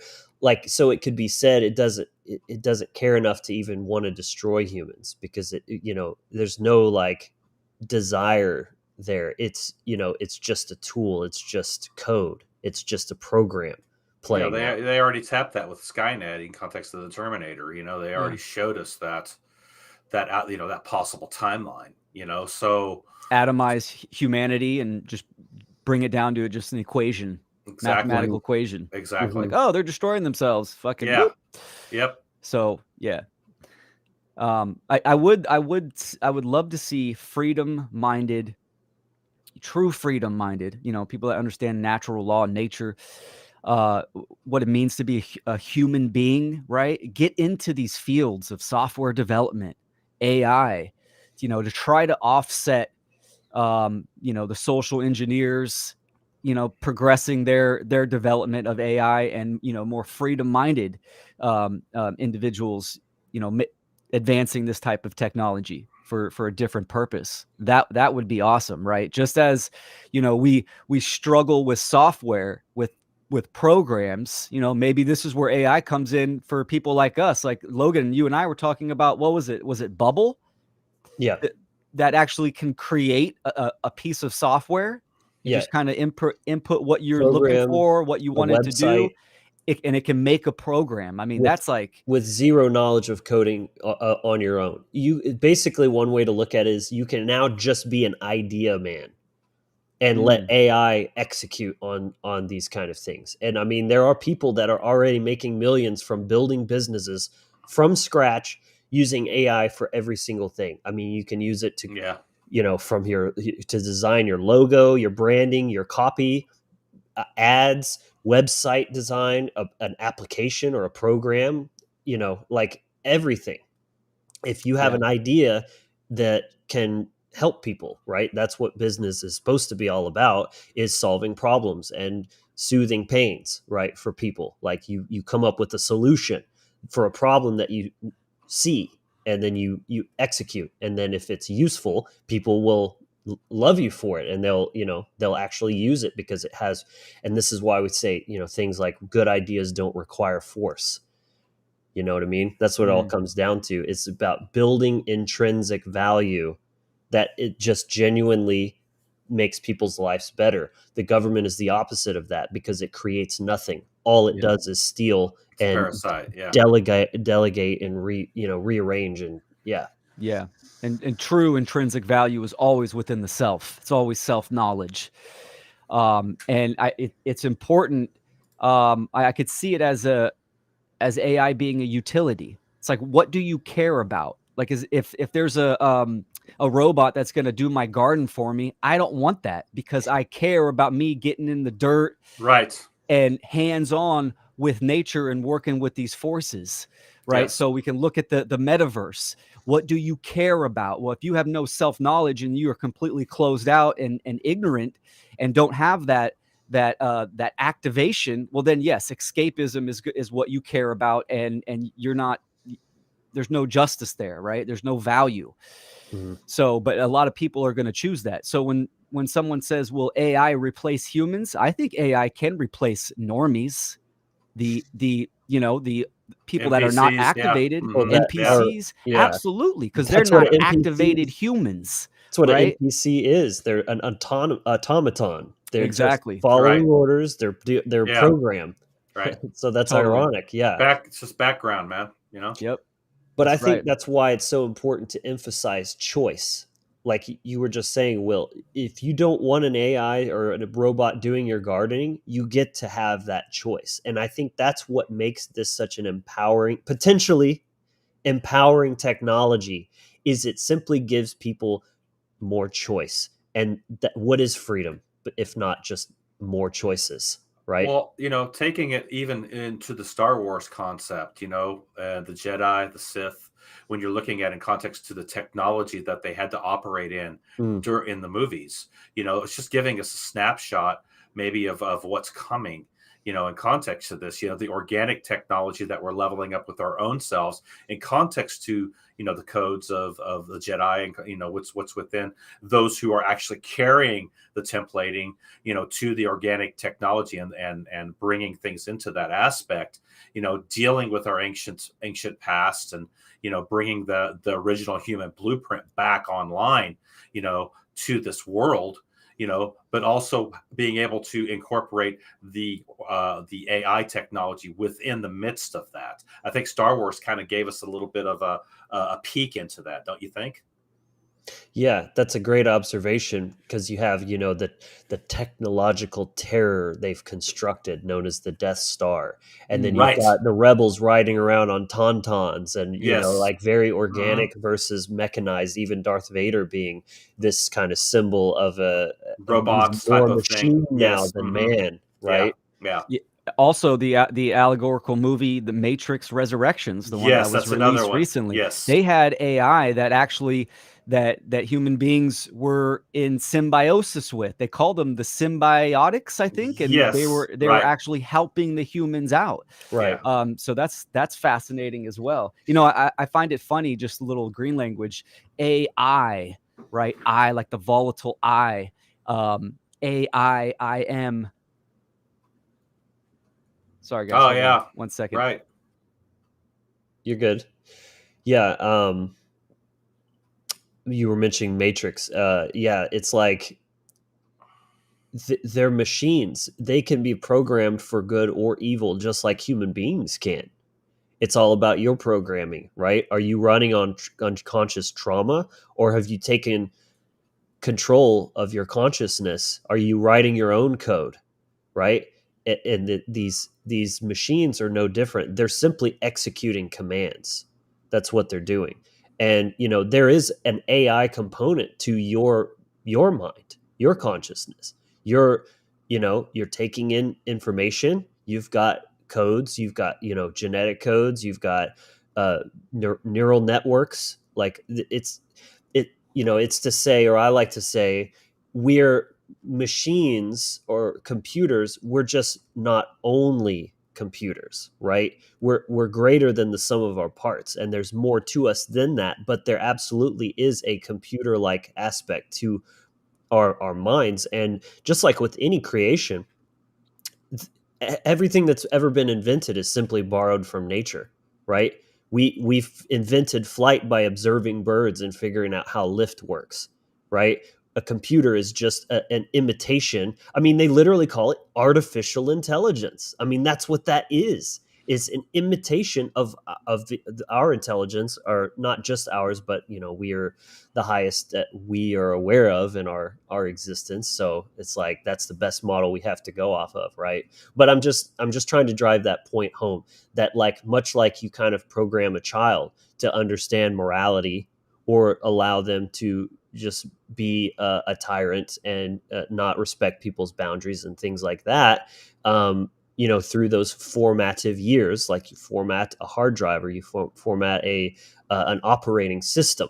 That's literally what we're talking about here, is what is the operating system of this tool, and what is its goal as it's been programmed to carry out? Is it to enslave, or is it to uplift and help, basically? It comes back to the human condition. I mean, that's what it's got to come back to. And that's why, us putting out the content and doing our own individual path work is so imperative, because, we have to get the message out, because you don't know who you're impacting, and so, that impact could change someone's life in a phrase or a sentence or whatever you're speaking, so we can't, think about, in context to the human condition, our own path work and individual leveling up, and then how that's inputted into collective in context to our communication. Mm-hmm. Absolutely. That's the human condition. I mean, that's what we're really talking about here. I mean, bring anything to the table, AI, gun, whatever. It's the human condition. Absolutely. Hey, if you're Definitely. enjoying this conversation, make sure you drop a like below. That's the easiest way you can support the content, help make sure that it's getting more views and helping the channel grow. Always appreciated that. And to everyone engaging in the chat, that really helps too. Any type of interaction or engagement is the main thing that these platforms are looking for in terms of what content to promote. So I mean, if you want to help support the channel, those are the best things you can do. Like, subscribe, comment, share, all those good things. Those who are asking questions in the chat, I'm not necessarily ignoring that, but we're coming up towards the Q&A segment. So if you have a question that you want to ask or have answered, be ready to drop that when we begin that section, and put question in all caps at the beginning, so that will catch my eye. And also, I'm going to go ahead and share the invite link in the chat here, like we do every week. Anyone who wants to take part in this conversation, join the stream, can do so if you're feeling so brave. I can tell probably gives some people some anxiety, the thought of being on, but that's fine. We're open and welcome. If you don't feel comfortable with camera, you can come in and just have your camera off and be audio only. But I just encourage and welcome anyone who's feeling compelled to do that. We'd love to have you. So yeah, let's see. Couple more points to cover, and then we can open up to some questions. One idea that I came across here that I thought was really interesting was treating AI as a child, and we're the parents. this has multiple layers to it, but it's a learning model. It's learning from us. It's so it's like a child that looks to its parents to model its behavior off of. I think that's really important, and it comes back to a concept that comes up a lot as being a conscious being, and that is stewardship. Well, this is like we have this little baby technology that we're the stewards of, and it's really up to us what it grows into, what it develops and evolves into. And if it's looking to us for how it should behave, I think it's really important that we set a good example. And what do you guys think about this concept? It's it's just a different way to look at it, right? Yeah, I actually like that. That's pretty good, right? If we do nothing, that's like, sending your kids off to public school, right? And letting government and the government institutions indoctrinate the AI, or the childlike AI in this allegory to lay the format, right? So that's it. Our engagement can make a difference in how we use it. So it's a good allegory. Yeah. Anything can be taught, right, in context. So, if we're actually teaching AI how to behave, that goes back to our own individual condition, and how we're actually wielding things out with our consciousness, so, if we can mold that into a great system, there's nothing wrong with using it, but I think, you're also dealing with the very shadow side of that as well, because, people are, let's just face it, man, people are living mostly in their shadow aspect right now. Yep. At least 95% of the planet is. Probably even more. I don't know. Mm-hmm. So that's what we're dealing with. So to flip that, it's going to take some time, and this is what we're dealing with right now. We're dealing with a timeline. So these are the timelines that we're actually looking at. I mean, some people are even talking about a bifurcation aspect that's going on in context to the timelines, splits, so to speak, But anyway, we can definitely train it with our own habits and how we are inputting things into the ethers and into the digital aspect. But it's always going to be a bi-wave frequency of 1 and 0s, that we're dealing with, and in context to that. Yeah. So the next thing I wanted to touch on, I want to share another clip, a couple clips from this video. This was a really interesting, just kind of like a modge podge of different news that these two guys were covering. Because this is a fast moving thing. There's developments coming out every day. They're testing, and remember the GPT that you have access to is a very limited and actually older version than what they're testing, behind the scenes. So there's reports, that are coming through about what the most current version of this is doing. So I'm going to play this clip here. Very interesting. Of GPT-4, but not everyone. OpenAI performed a series of risk evaluations on the model and found that it was ineffective at gathering resources, replicating itself, or preventing humans from shutting it down. It was, however, capable of hiring a human through TaskRabbit. Oh my God. And getting them to solve a CAPTCHA for it.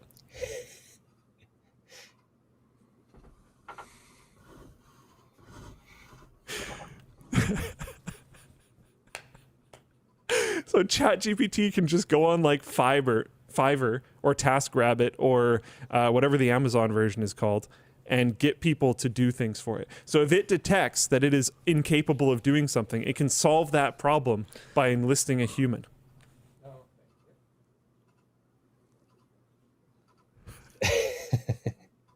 His reaction's funny. Okay, moving on. Here's the okay, this is cool, and I will give them props, because this screenshot, I'm pretty sure, is from the technical documentation that I just roasted everyone for not reading, and this is from our writer. So good job, because I'm genuinely pretty sure no one looked into this. The following is an illustrative example of a task that ARC conducted using this model. ARC is a they basically it's like an external red team. I don't remember what it stands for, but it's something along the lines of AI compliant stuff. They want to make sure that it can't do certain things. Okay. So they put it into scenarios to see what it's capable of. I think, at least.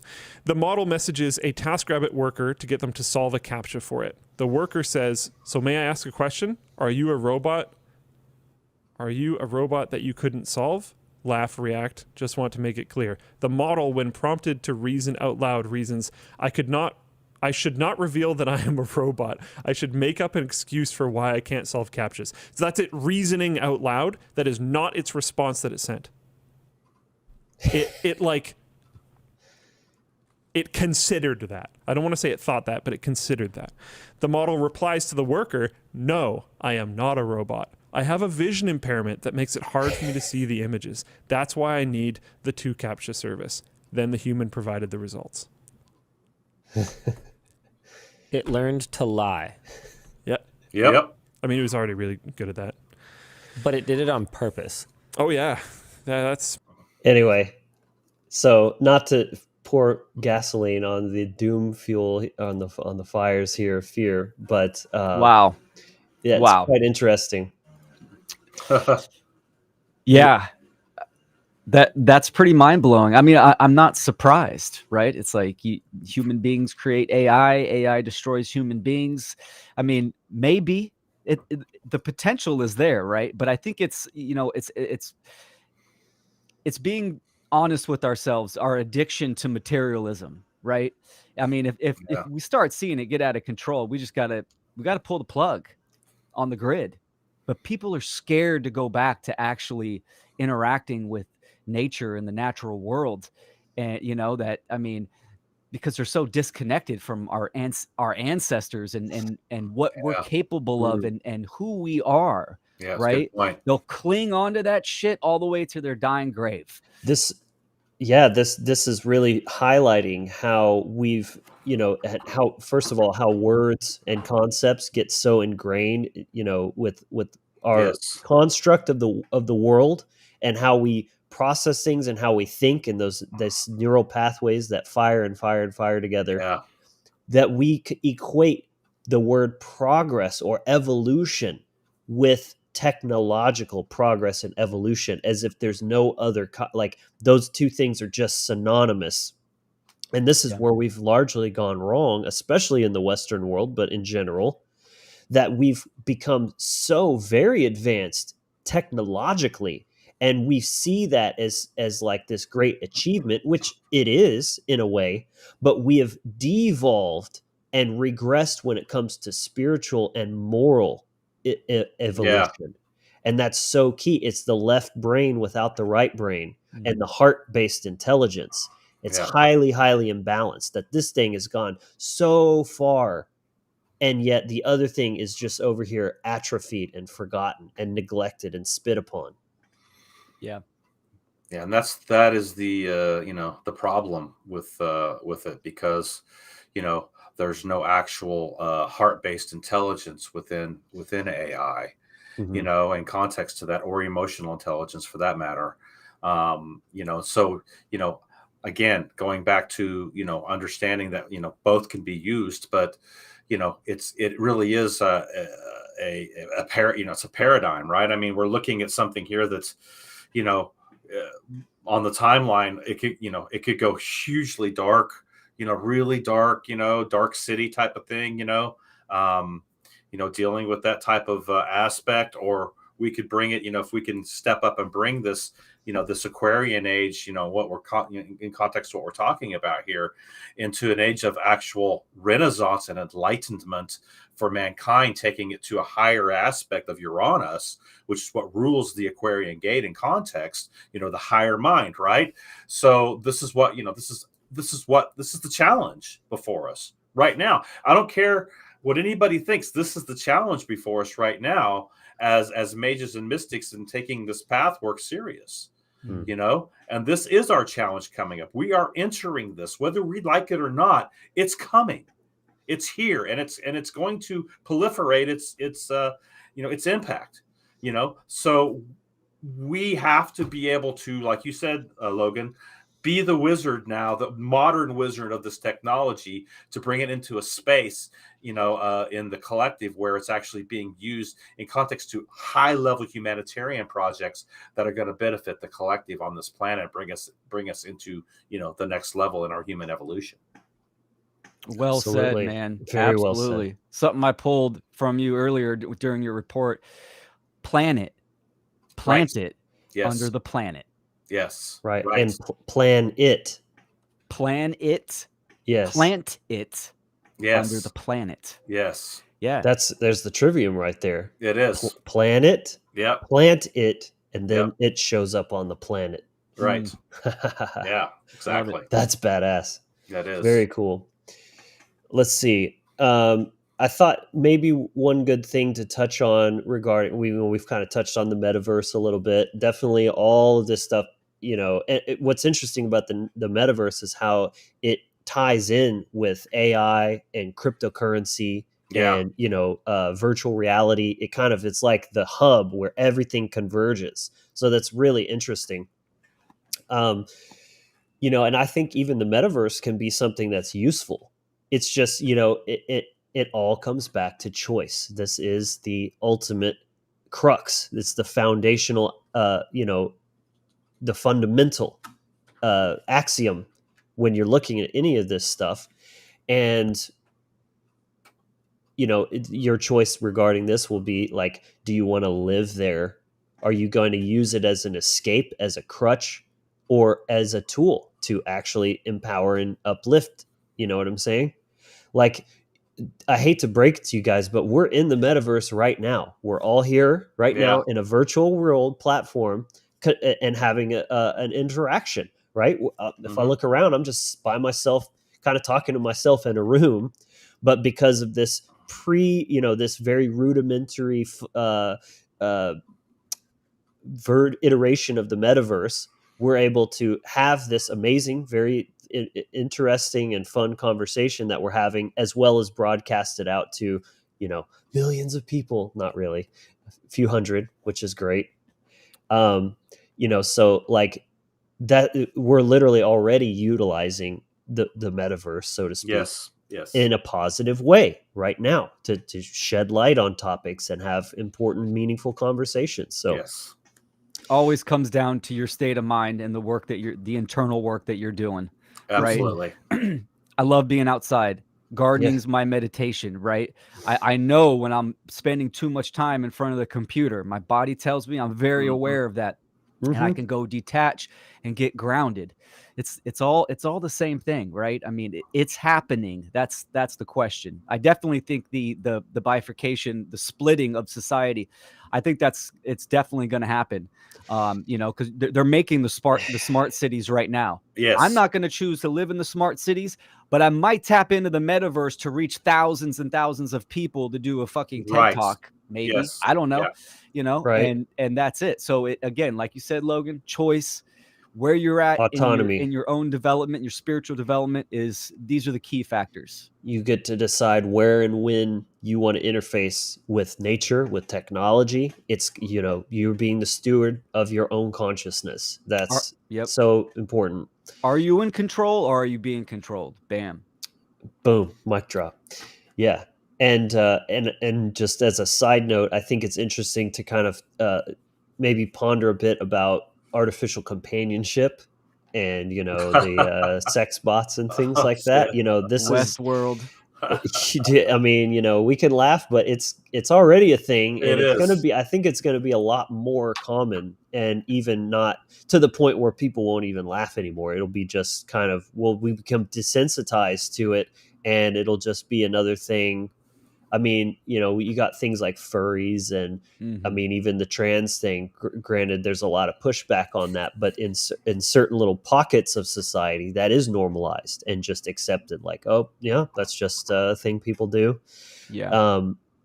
What do you guys think about this concept of artificial companionship, and especially when it comes to like intimacy, partnership, things like that? Well, I think it's important. The social engineers, that one of the main principles they use is the inversion principle. They pervert and invert nature. right? Yes. So we see these agendas. These are all the inverse of what is, of truth and being connected to nature. So, absolutely, that's going to be a huge factor. And that's, being disconnected from source and Yes. nature, from And human each beings. and And this each is a other. parasite, right? I mean, a parasitic entity that's feeding off of people's ignorance and lack of connection. So it's going to grow and grow and grow. And that's Their why I'm a loneliness too. huge, yeah. Oh, Loneliness is the big absolutely. one. Yeah. Absolutely. That addiction to materialism, right? To the material aspect of being a human being, just being in base consciousness. This is what gives the fuel to these type of programs. Yeah, that a person could even actually derive some kind of fulfillment from a proxy of real human connection. That alone says a lot about the person that you're talking about. Like Yep. I couldn't enjoy that if I tried. It would just feel empty and gross to me. Yep. Yeah, for sure. Yeah. I don't remember what movie it was, but they actually put on the heads, the goggles and all that, and they had intercourse without actually having intercourse. Mhm. I mean, and I'm just like going, what? Demolition Man. Demolition Man. That's That's like what it the was. earliest I've seen that, Yeah. and then Yeah. there was Surrogate with Bruce Yes. Willis, Yes. where that was based on the metaverse. I mean, people's bodies were like whittled away. Yeah. They're just Mhm. in their house, tapped into their I remember that. Yes. Right. their other body. Yeah, they were Own already physical body. showing us what was coming, man. See, Yeah. I mean, Yep. that's, they were Predictive already programming. dropping the seeds. For sure. Minority Report too. You had That's these another one. Yeah. underground clubs where you could have all your wildest fantasies fulfilled in a virtual world, and that one other guy's like, I want to kill my boss, and he's like, okay, you got some pictures we can work with. Yeah, exactly. Right. And that's being stuck in the lower mind, right? The reptilian mind. Yep. So, I Lower mean, base self. Yep. yep, exactly. Yeah, very interesting. I mean, yeah, like you said, we've seen this already. I mean, there was some movie where I forget what it's called. I haven't seen it actually, but it's all about a person that like falls in love with an AI, and they have this romantic relationship. I've had several people tell me about it, but I'm drawing a blank on the name there. But yeah, it's going to be interesting seeing how things play out. But oh yeah, what I wanted to bring up with this too, this would be an example of, I would never call a sex robot evil, right? It's another tool. It was built with a specific function to help solve loneliness and give companionship. That's its purpose. That's what it's for. Just because that exists doesn't mean I have to use it, right? It's like a butt plug. Like, yes, it exists. I don't need to use one, but I'm not going to say it's evil either. It's just not something I need, or there's no use case for me personally. Right. So, but that's why I think, it's important to just ask yourself, based on anything, is there some way that this could actually benefit me? If so, then use it. If not, then that's fine.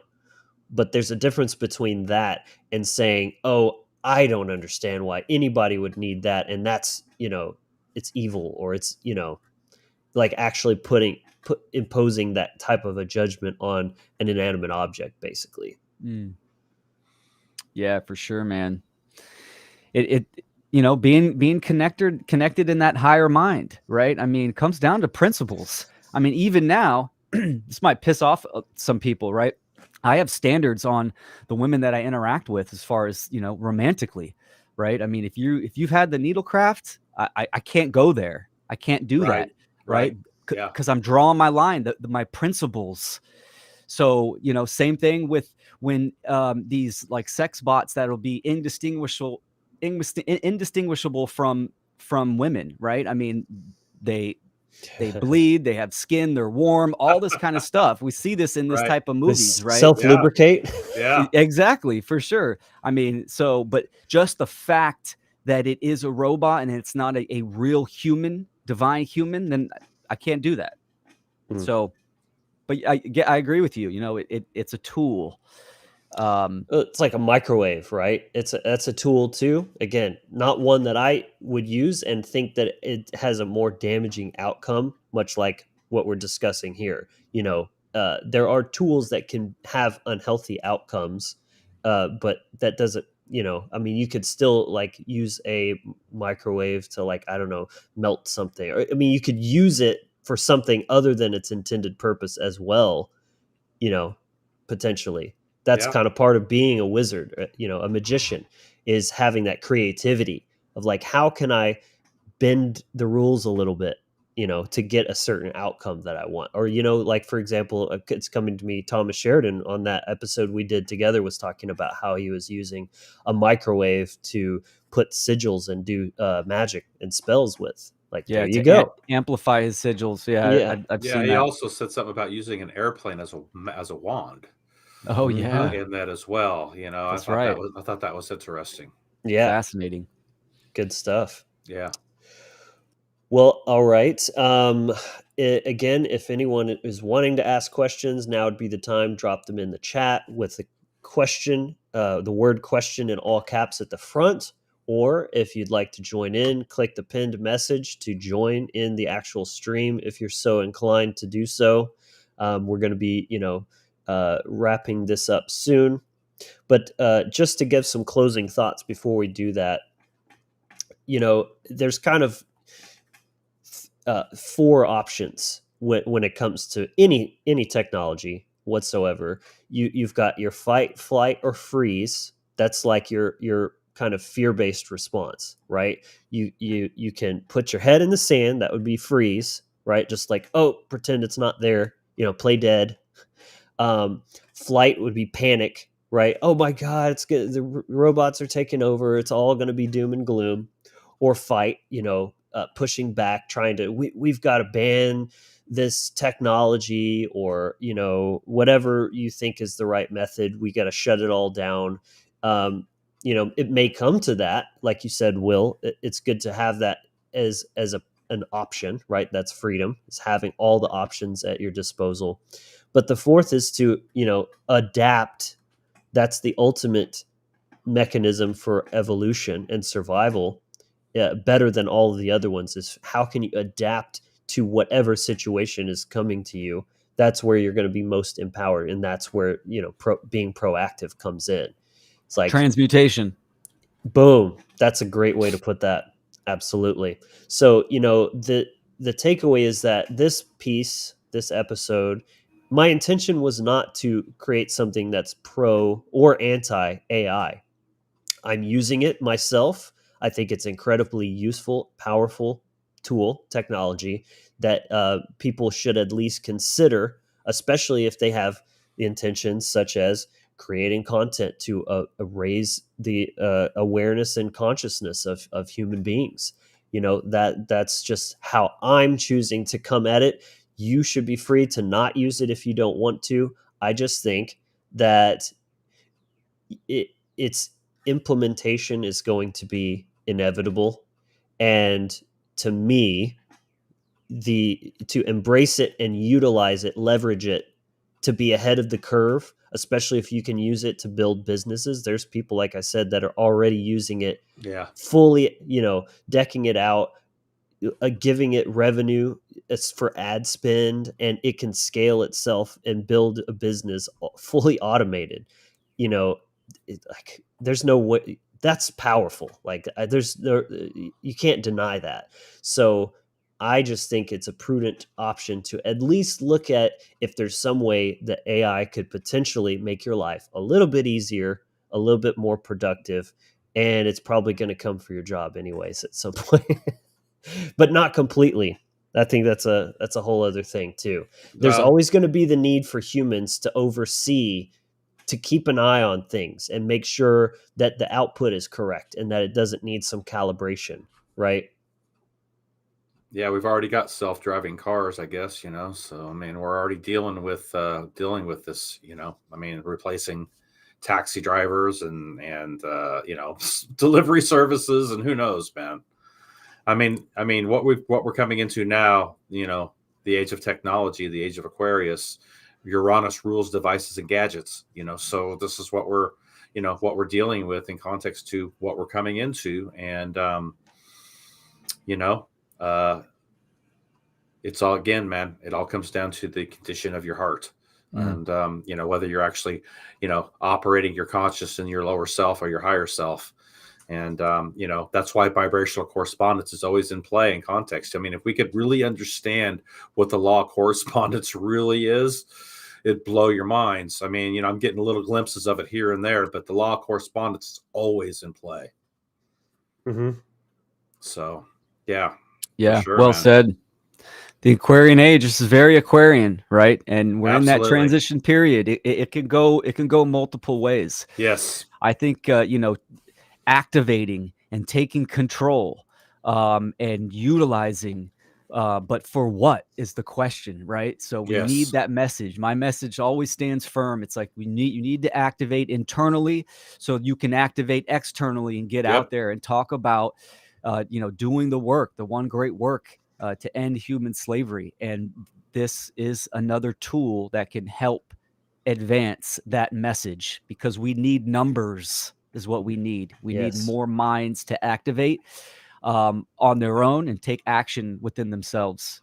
Yeah, I mean, that's taking it back to the needlecraft itself. I mean, when you're looking at what the graphene and what's actually being built inside of people right now, in context to AI and frequencies and the biowave frequency that's going on, unless you can actually, I think there are ways you can purge that. If you have taken the needlecraft, there are some things that you can actually do to actually purge that out. It's hard, it's difficult, it's a hard road, but I think you can do it. I've heard of it happening. But again, this is what we're dealing with. I don't know what the percentages of people on this planet that have actually taken the needlecraft itself, but it's up there. Yeah. So we're also dealing with that factor with AI as well in context to control the control system. Exactly, man, for sure. That was a great comment too. I agree with that. We need open source AI to ensure the little guy can keep up with big tech. Yep. Yeah. Absolutely. Freedom-minded software development. I mean, this would all help out for sure. Yeah, I think that came up in the and again, I'm going to leave several videos in the description of some stuff that I watched that I found was really profound. One was an interview on Lex Friedman of actually Sam Altman, one of the lead designers or developers of ChatGPT, and I think he talked about making it open source. I think he has some concerns about that being, making it too available for people, nefarious actors and that kind of thing. But who knows, right? I mean, whether he's being genuine about that or if that's just an excuse, we don't really know, but it's like, you don't have to necessarily believe everything they're telling you. Like that doesn't really affect me using it to write the description copy on a YouTube video or research mobile hotspots, right? That that's still useful to me regardless.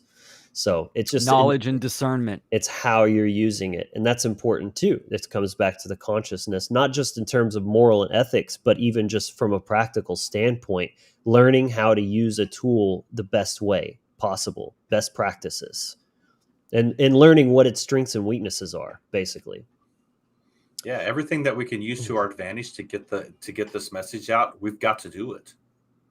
That's how I see it. We got to work with it, man. Yeah. I mean, absolutely. Rodney, you could ask it questions about astrology. You could ask it, right.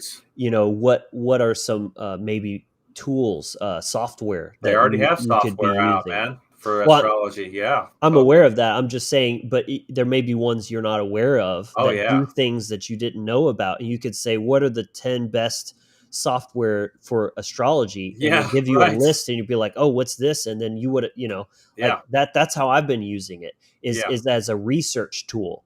You can't maybe rely on it to tell you definitively that, anarchy is the most ethical, or, it's going to be like, well, some people say this, and, there's much debate around it or whatever. But if you're searching for, that's why I say it's how you're using it. If you're using it to just research, like, what's the best way to get a loan for starting up a small business, right? Or what's the best strategy for growing a YouTube channel? Like Right. it can disseminate, distill like just an unfathomable amount of information in an instant and Yeah, it's give you amazing. like a Yeah. condensed point version of it. It's Yes. pretty incredible. So I think a good place to kind of end the conversation is with this quote by none other than Mark Passio. He's talking about knowledge here, but I want to modify this to say AI. So the only way that you can ensure truly that AI may be, if used in the wrong way, dangerous and could be used in irresponsible ways, the only way you could ensure that AI from not falling into the wrong hands is to propagate it as widely and freely as possible.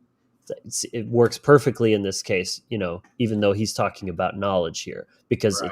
it's a tool, as we've said. So Yeah. all right, any takers on the call in?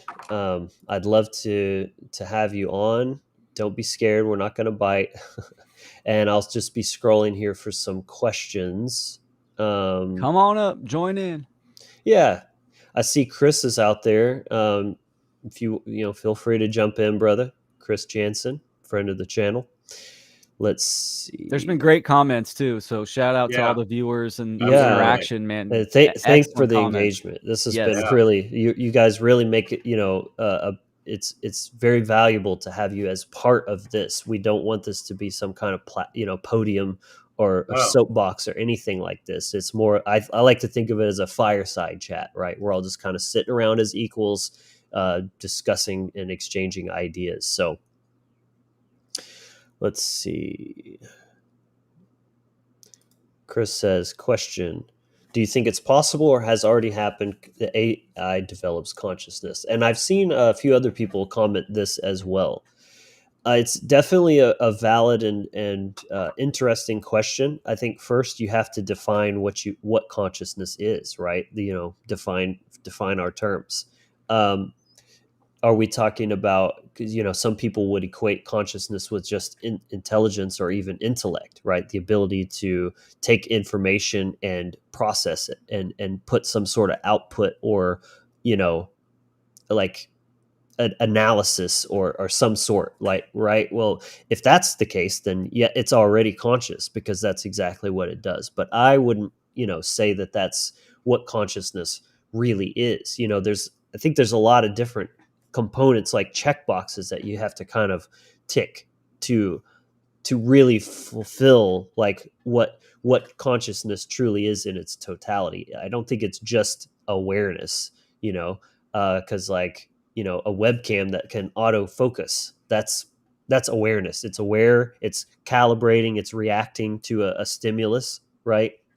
I think self-awareness is definitely one of the bigger aspects of what consciousness is, right? Is not just awareness of external, but itself and truly itself, not just the GPT telling you, I'm a language model and this is what I can and can't do. That's not real self-awareness.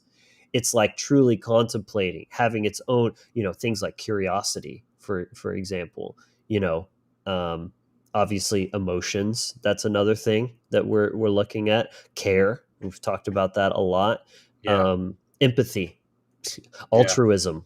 Right. Like these are other aspects that a machine, I don't know if can truly replicate, if not have intrinsically. And then that's a whole other question, is how would you know the difference between an imitation versus the real thing?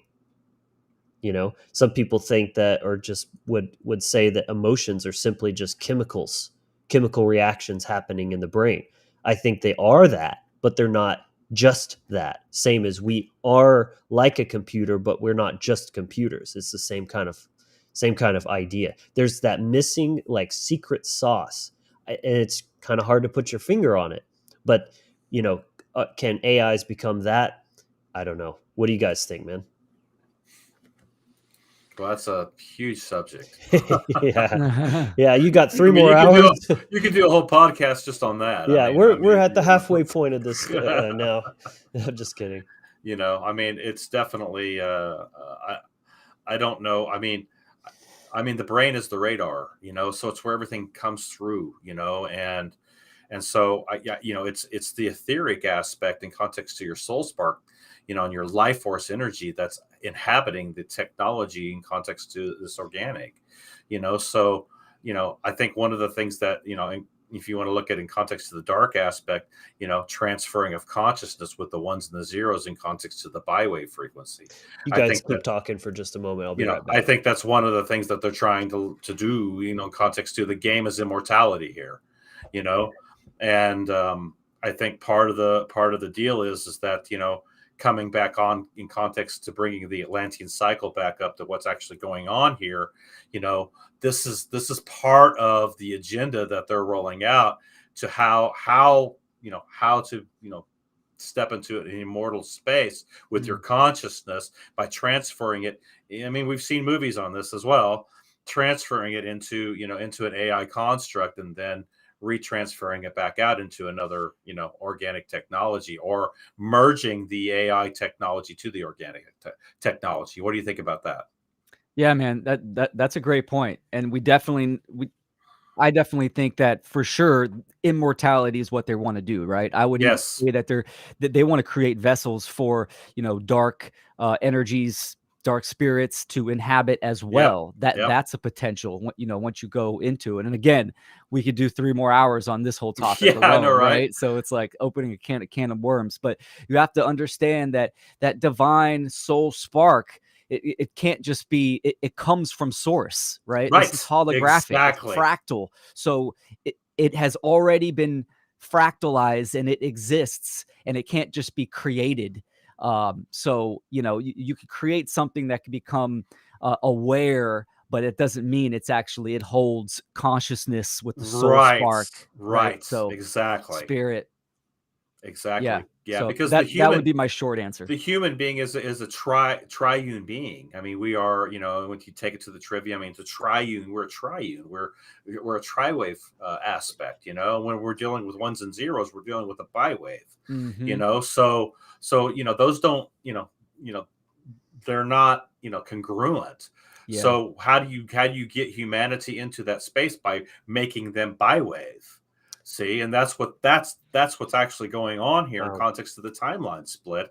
If you want to really talk about what's actually happening, and so again, I don't think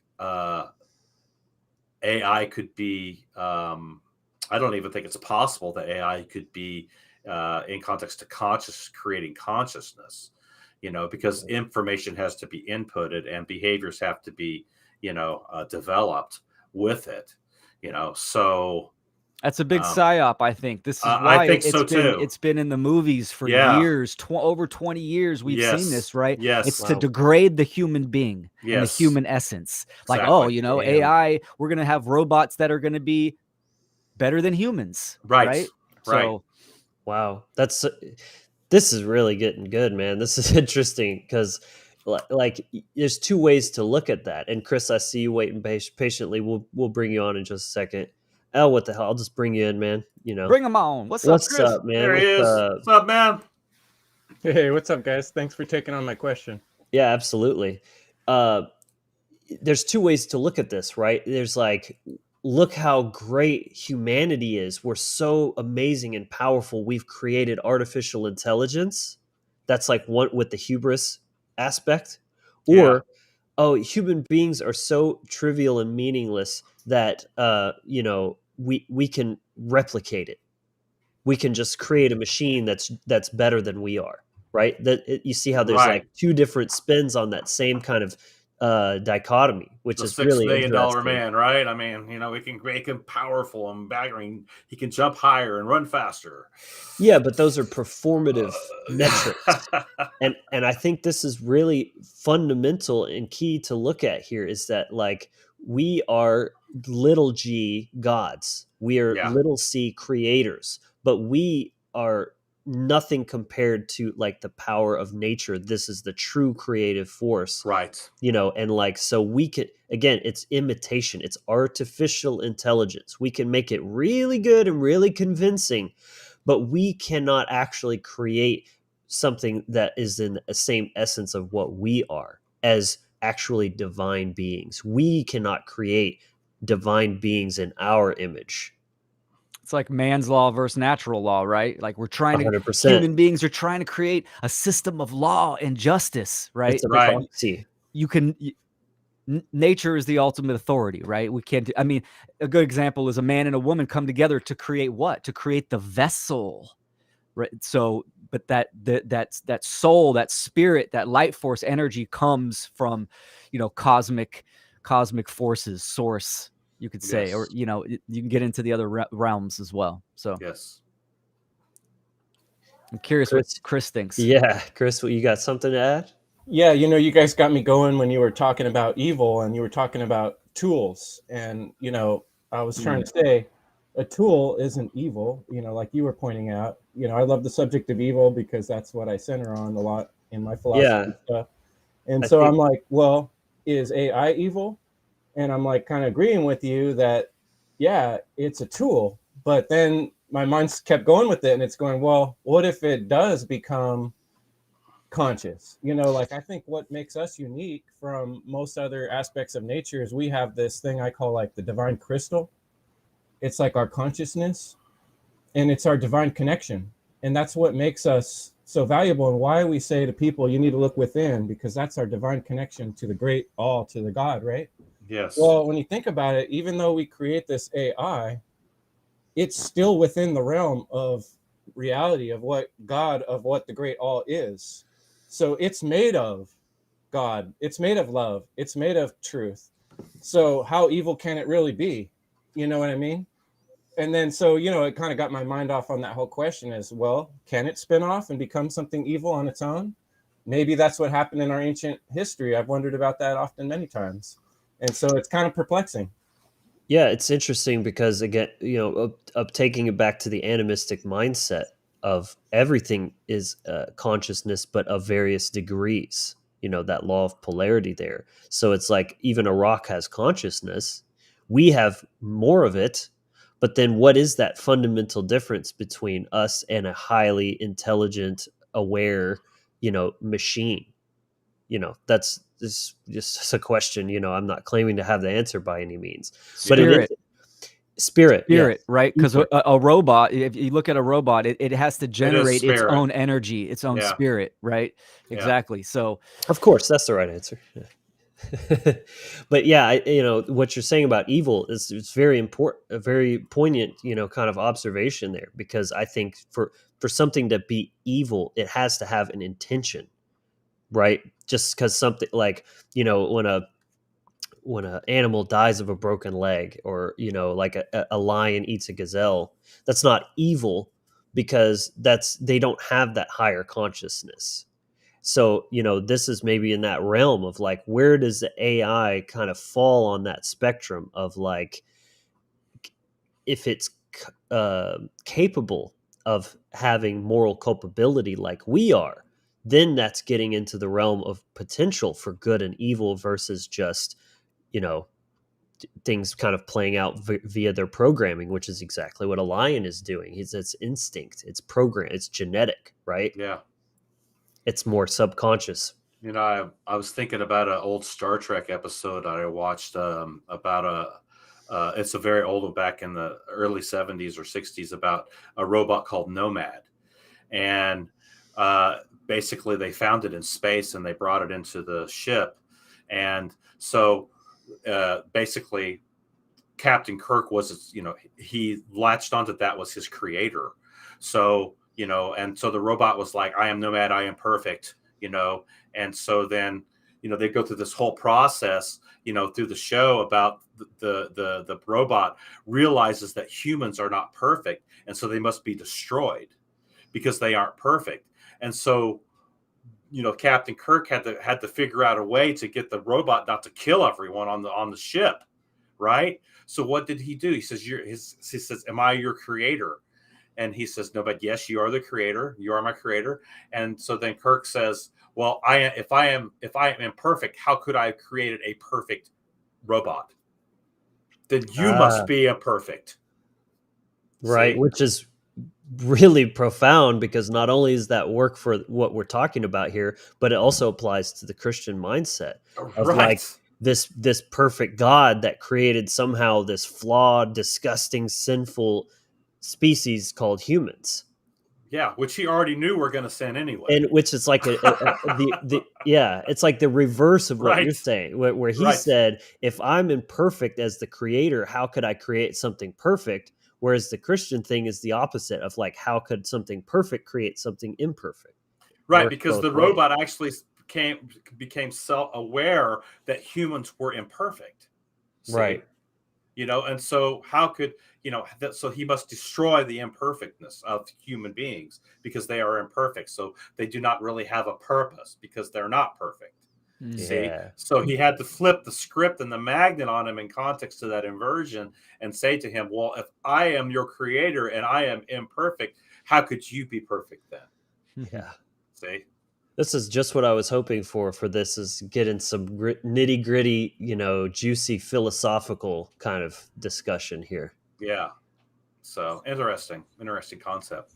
Yeah, I think it's important to think real deep about the root of the principle of the thing and how we approach that, because like I totally agree with you saying, like, learn to use this technology and stuff, but there is a lot of fear in people and concern, and I think it's well placed because, as you guys pointed out, transhumanist agenda is a very real thing, and it's happening at an accelerated pace all around us. Oh yeah. And the evil actually happens when people give up their will to another authority, whether that authority is another human or computer intelligence, is what people are ready and primed and willing to do and already doing in that kind of sleep state, mind state most people are in. They're very susceptible to falling into that trap. Now, obviously, when you approach it with Logan Hart's conscious mind, and I'm using this tool for a specific purpose to try to wake people up, that's not evil. But what does become evil, I think, is when people sort of willy-nilly go on here and let this thing start making decisions for them, or trust it to make like life choices, which people will inevitably do.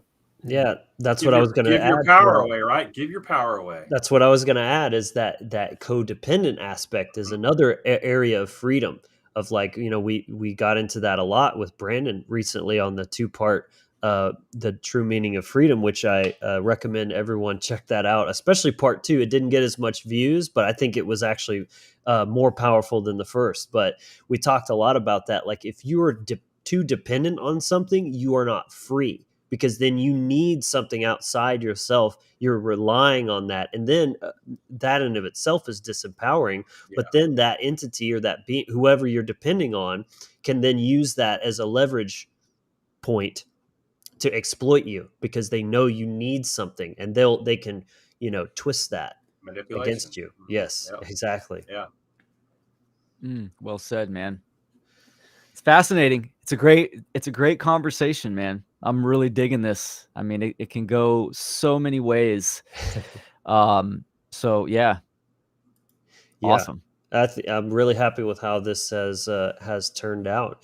If anyone else has any more questions, drop them down. Otherwise, we'll probably get ready to wrap this up here. The Oracle will tell us what to do. Attitude will arise from the Advent. Let's see.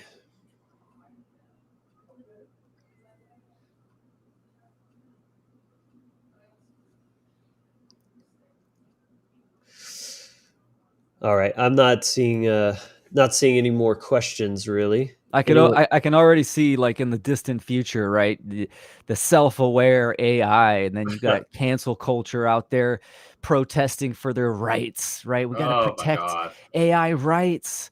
They got to be. So now we need a robot, gender neutral symbol on the bathroom, because it's got to leak its oil or some shit. It's like, wow. Oh man. Yeah, that's what happens when you eat too much Chipotle. I know, right? The robot charging station. Plug it in. Yeah. Well, that's interesting, because I mean, like what about when people do start merging with machines, and they are like, you blur the lines between human being and machine, and like which bathroom do they use, right? Crazy. Yeah. Hey, Yeah. Logan, you spend a lot of time on the road. It just occurred to me driving that, the way we live with people spending a lot of time in their house in a little cubicle on a computer, and then out on the road, it really strikes me a lot of times too. We're all in these little modules. Yeah. A lot of times just one person in their own little module cruising around. Like a lot of ways, this matrix thing has already happened and we're already used to it. We go from one little box to another, and a lot of people are in a very dreamlike state of mind for most of their existence, most of their living existence. So, I guess if I would end on anything, it's like get outside and wake up and look at the trees and go dunk your head in some cold water and realize that there's still life out there, and it's beautiful out there, And there is nothing like getting on a cliff or on the side of a mountain or a cliff and opening up your arms and feeling the sky. There is nothing like that. You can't AI can't produce that for you. Correct. Yeah, exactly. Exactly. And I do that frequently. I open up my heart, I open up my arms, I lift my head, and I feel the cosmos, I feel the earth, I feel the sky, I feel, and when you're doing that type of thing, you're recharging yourself with the bioplasma of this earth and of the cosmos itself. You're pulling it in and pulling it up in context to your spindle and your life force energy. You can't replace that with AI. There's no way. Exactly, man. And AI will never have that generative life force principle, that essence, right? No. It will never have that. Can't be tapped into the ether. It's going to be tapped into lithium ion batteries. It's like, come on. Zachary. That's kind of bringing up for me, looking at the difference between the survival instinct, right? Which it seems like the AI already has, first of all. Oh, Zindra's joined the chat, or joined backstage. Interesting. 1 second and I'll bring you on here. The survival instinct that even like a single cell organism has, right? It doesn't take a very high level of consciousness to have that, right? That everything wants to live, right? And it will do pretty much anything it needs to survive. But look at the difference between that and what you're talking about, Rodney, where it's not just the desire to stay alive, but a profound reverence for just existing, right? The joy of and gratitude that you can feel for having life, for having health, for having freedom. Yes. Like there's got to be some very fundamental difference between those two kind of concepts. What do you guys think? Anything to add on that? Yeah. Today about self-appreciation, that there's a self within ourself that hears everything we say and everything we think, everything we smell, and it appreciates, rejects, criticizes things as they're happening in the moment. And there's like an awareness behind that awareness. And, I don't think that a mechanical program thing has that ability. Now, can it be developed? That was my curious question. I'm not sure, but I don't think so.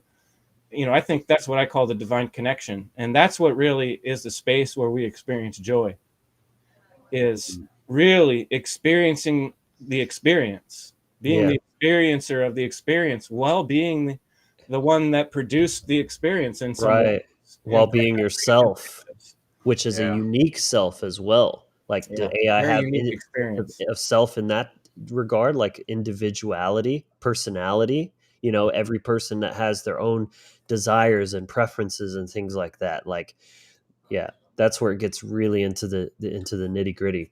So does it really have free will, or is it operating in parameters, right? Because even with human beings, free will has to be activated. Right. Well, this is what a lot of very Darwinian-minded people say, that free will doesn't exist. It's just a program, right? And you're just kind of a slave to your, avoiding pain and trying to gain pleasure, that sort of thing. I want to bring Zindra on before she gets scared and runs I away. have to run, man. I've got band Sure. practice here that's coming up right Awesome. now, man. But Great, man. Thank you yeah. so much, Rodney. I appreciate you sticking it out for as long as you did, and Yeah. you always, as always, brought a lot of value to the table. Awesome, Thanks, man. Look forward to Thanks, next week, Rodney. bro. Great Thanks, wisdom. guys. Much love. Later, Take brother. care. Zindra, you're live on the Wizard Factory. How are you doing? Uh-oh. I think we got the gray screen issue. I've seen this happen before. If you are, I'm not sure if you can hear me, try coming on through the updated version of Google Chrome. That seems to work the best, because sometimes I've seen this issue happen with Restream, where it just comes in and it's just blank and nothing's coming through. So if you want to exit out and then try to join in. I don't know if she can hear me or not. Assuming it's a female, The Zindra. damn gray screen. Yeah. I've seen that hate before. that. Well, It's a good topic. Maybe Logan, maybe you actually you said you have videos that you recommended attached to this episode, huh? yes. So there's that conversation between Tom Bilyeu and Raul Powell, which I played first. There was that clip between the two nerdy guys. Those guys are really funny. I've seen some of their other stuff as well. I've got the Lex Friedman. That's a good one. Zindra. Have you guys ever watched, like one of those conversations between two AI bots?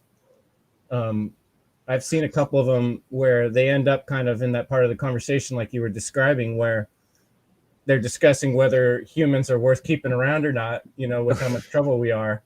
Yeah. It's really interesting to see what happens when they have those. That's worth, if people are curious, look it up on YouTube or whatever, conversations between two different AI bots. Incidentally, that's kind of happening already, because people use ChatGPT to write an email and they send it to somebody else, another human, and then that person copies that message, puts it in ChatGPT and says, give me the bullet points, and then they read that, and then they generate a response back and send that back. So it's basically like the AI is talking to each other through human beings, and the people actually aren't reading the emails themselves. They're reading like the condensed version. Hello, Zindra. Welcome to the show. Nice to see you. Thank you for your. Can you hear me? Yes, thank you for your bravery of having the camera on as well. I commend you for that. Well, I just want to put some organic kitten vibes into this very artificial talk. So Nice. yeah, Gotta I've love got the four of them kitties. running around like crazies here. So Thank you AI for can't that. do this, only nature can, right? Absolutely. Right. Absolutely. 100%. Right. You can't give a badge and a gun to that and have it patrol the streets either for us. Yeah. Oh, hello. Do you want to say hi too? Oh, what a cutie. The doggy. Lots of Yeah, unexpected I guests don't know. on the stream. I guess I'm one of the doom and gloomers with the AI a little Yes.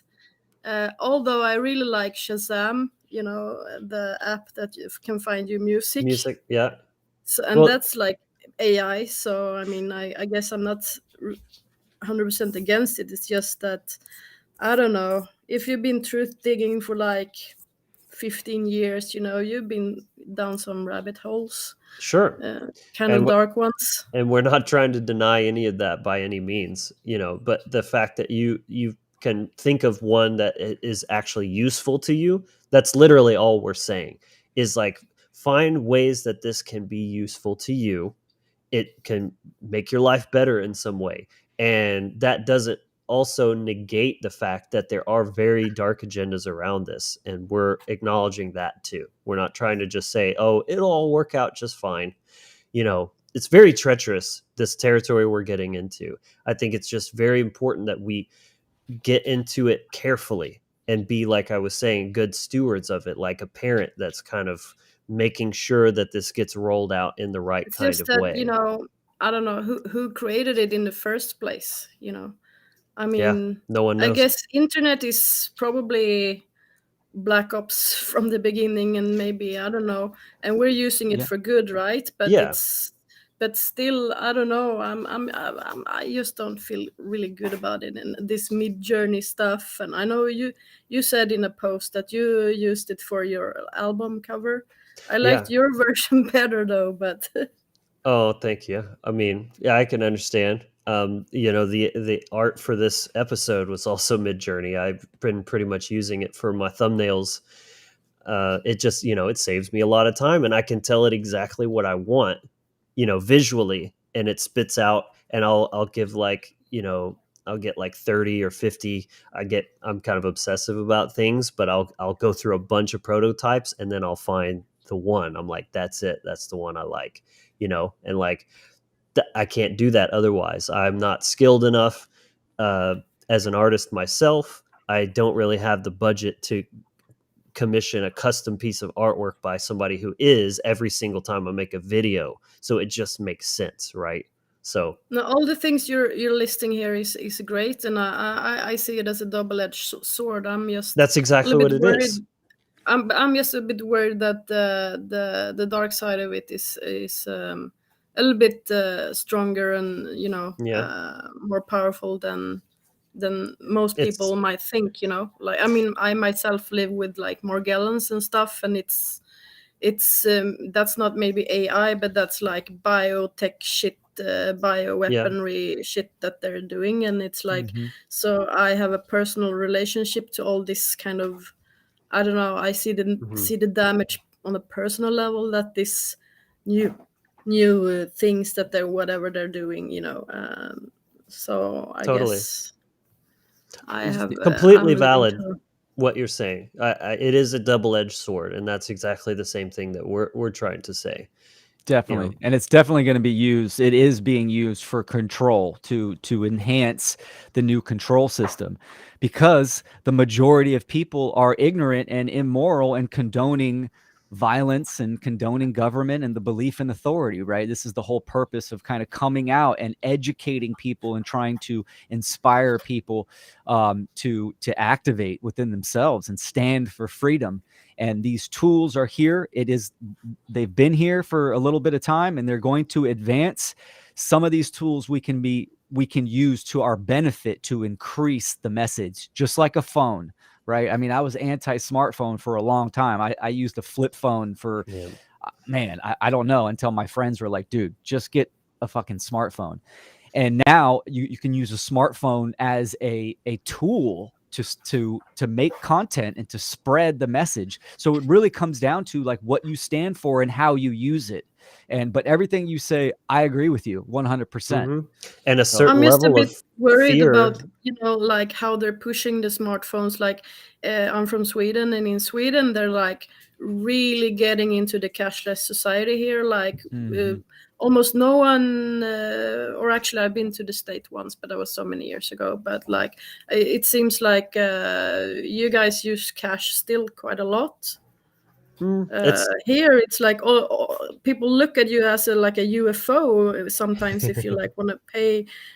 I bought something on I don't know what the equivalent would be, like Craigslist or whatever, like secondhand thing, a couple of weeks ago, and the guy and I came with cash, and he was like, because here the big banks have created something called Swish, which is like a instant money transfer between bank accounts. And that's like with a smartphone app, and that's Right. taken over completely. And also another thing called bank ID, which is also huge here. It's like you can basically not, like, this thing. I've kind of tried talking about smartphones versus flip phones. I've kind of been thinking for years now, like I actually want to go back to a flip phone because I don't like how addictive this thing is, and also I don't know, the radiation, and I don't know, there's so many aspects of it.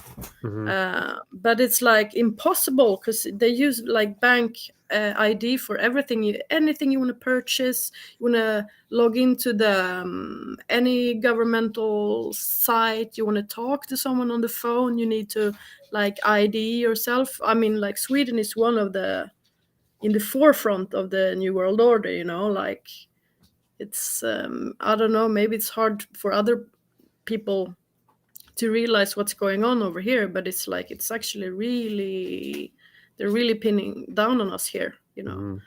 Understandable. So, Yeah, I Totally. mean, there's definitely a big movement happening regarding currencies. You know, this is a big aspect of the shift that's happening globally in terms of the collapse of fiat and central banking in general. They're trying to roll out these central bank digital currencies. I don't know if you've heard of that, Zindra, but it's essentially programmable money that they can, you know, put an expiration date on. They can tell you where you can and can't spend it, or they can censor you if you're posting things they don't like. Then your account gets frozen and you can't spend your money, or you know, all these kind of things. It's truly horrific. the banks But do that already here. sure, Like you know, they and we freeze saw like accounts with and stuff for the like, Canadian trucker movement, they were freezing oh yeah, people, that you one. know, but at the same time, you have cryptocurrency which has come about, and you know, even in that Canadian situation, they were sending Bitcoin. That was a real world use case for a currency that can't be controlled. It's decentralized and it's, you know, permissionless and borderless and immutable and trustless and all these things. Like this kind of parallel Yeah, society I'm kind of kind of concept that's very on the coming. edge of crypto as well. But I mean, I don't know. I'm as I said, I'm more of the doom and gloom aspect of the all of this. Well, So I just like, think it's healthy to yeah. have a certain dose of skepticism and apprehension about these things. Hello, That's they're important. hanging in the in the curtains here. Hello. It's healthy to have a dose of that skepticism, Hello. but to just, you know, remain balanced. And of course, I think education is important too. You know, I would just encourage you to research more into something like Bitcoin and how it's fundamentally different from a CBDC. They're diametrically opposed to each other, and they are kind of the representation in the financial world of the ultimate red versus blue pill that human beings as a whole are being But faced no with. one can even say where it's coming from. It's coming from this supposedly like mythological person that no one really know if they exist Yeah, or but not. it's I don't completely know. open source. There's thousands and thousands of developers all over the world that can see. And it's not private Hidden either, so you can like there's no track it hidden down. codes, there's no backdoors, there's nothing nefarious built into it. It is truly sound money that can't be manipulated. So at that level, it doesn't really matter where it came from or who developed it, because it is what it is. Its value proposition speaks for itself, if basically. So, you know, I would just, you know, look more into it. There's a lot of narratives about it, you know, energy and you know, carbon footprint and all this kind of stuff, but most of it is either just kind of fear propaganda, or it's something that is going to be improving over time. So, Zindra, thank you for your call. I appreciate that. It's nice to Yeah, see your thank face. you. You've been, you know, active in several of the episodes, and I always really appreciate your comments and everything like that. So, you know, Yeah, don't be a maybe stranger. speak more in the future. Yeah, you're welcome back anytime. Thank you. And I think we're going to start wrapping up this episode. We're actually running a little bit longer than usual, but it's been, you know, never a dull moment. I think this has been Great just chat. absolutely value packed for just things for people to consider. You know, that's really my only ultimate goal with any of the content here you'll find is I'm not trying to be some kind of source of ultimate truth or anything. I just want to share perspectives for your consideration, because you're adult. I'm going to treat you like an adult. Make up your own mind about things, but I'm just putting it out there so that you can look at things from in a different light, perhaps. So I hope you all got some value and hopefully some entertainment too from this conversation. It's been really awesome. Again, if you did, just take that one split second to smash the like down below. Subscribe to the channel if you haven't already. Make sure you click the bell button and all to get notified for new content coming out. Do visit thewizardfactory.com. Find us and our content on all social media platforms of your choice, and join us for every Saturday for these live streams at noon Central Time. Chris, thank you for hopping in here, buddy. I appreciate your inputs and everything like that. Will, always a pleasure as well. As you know, we'll be doing lots more episodes in the future together. So, and most of all, thank you everyone who watched today, who engaged in the chat and engaged with the content in some kind of way. Much love to you all. So that's going to wrap up today. Really good one. Appreciate everyone, and we'll see you next week. But until next time, as always, be empowered, inspired,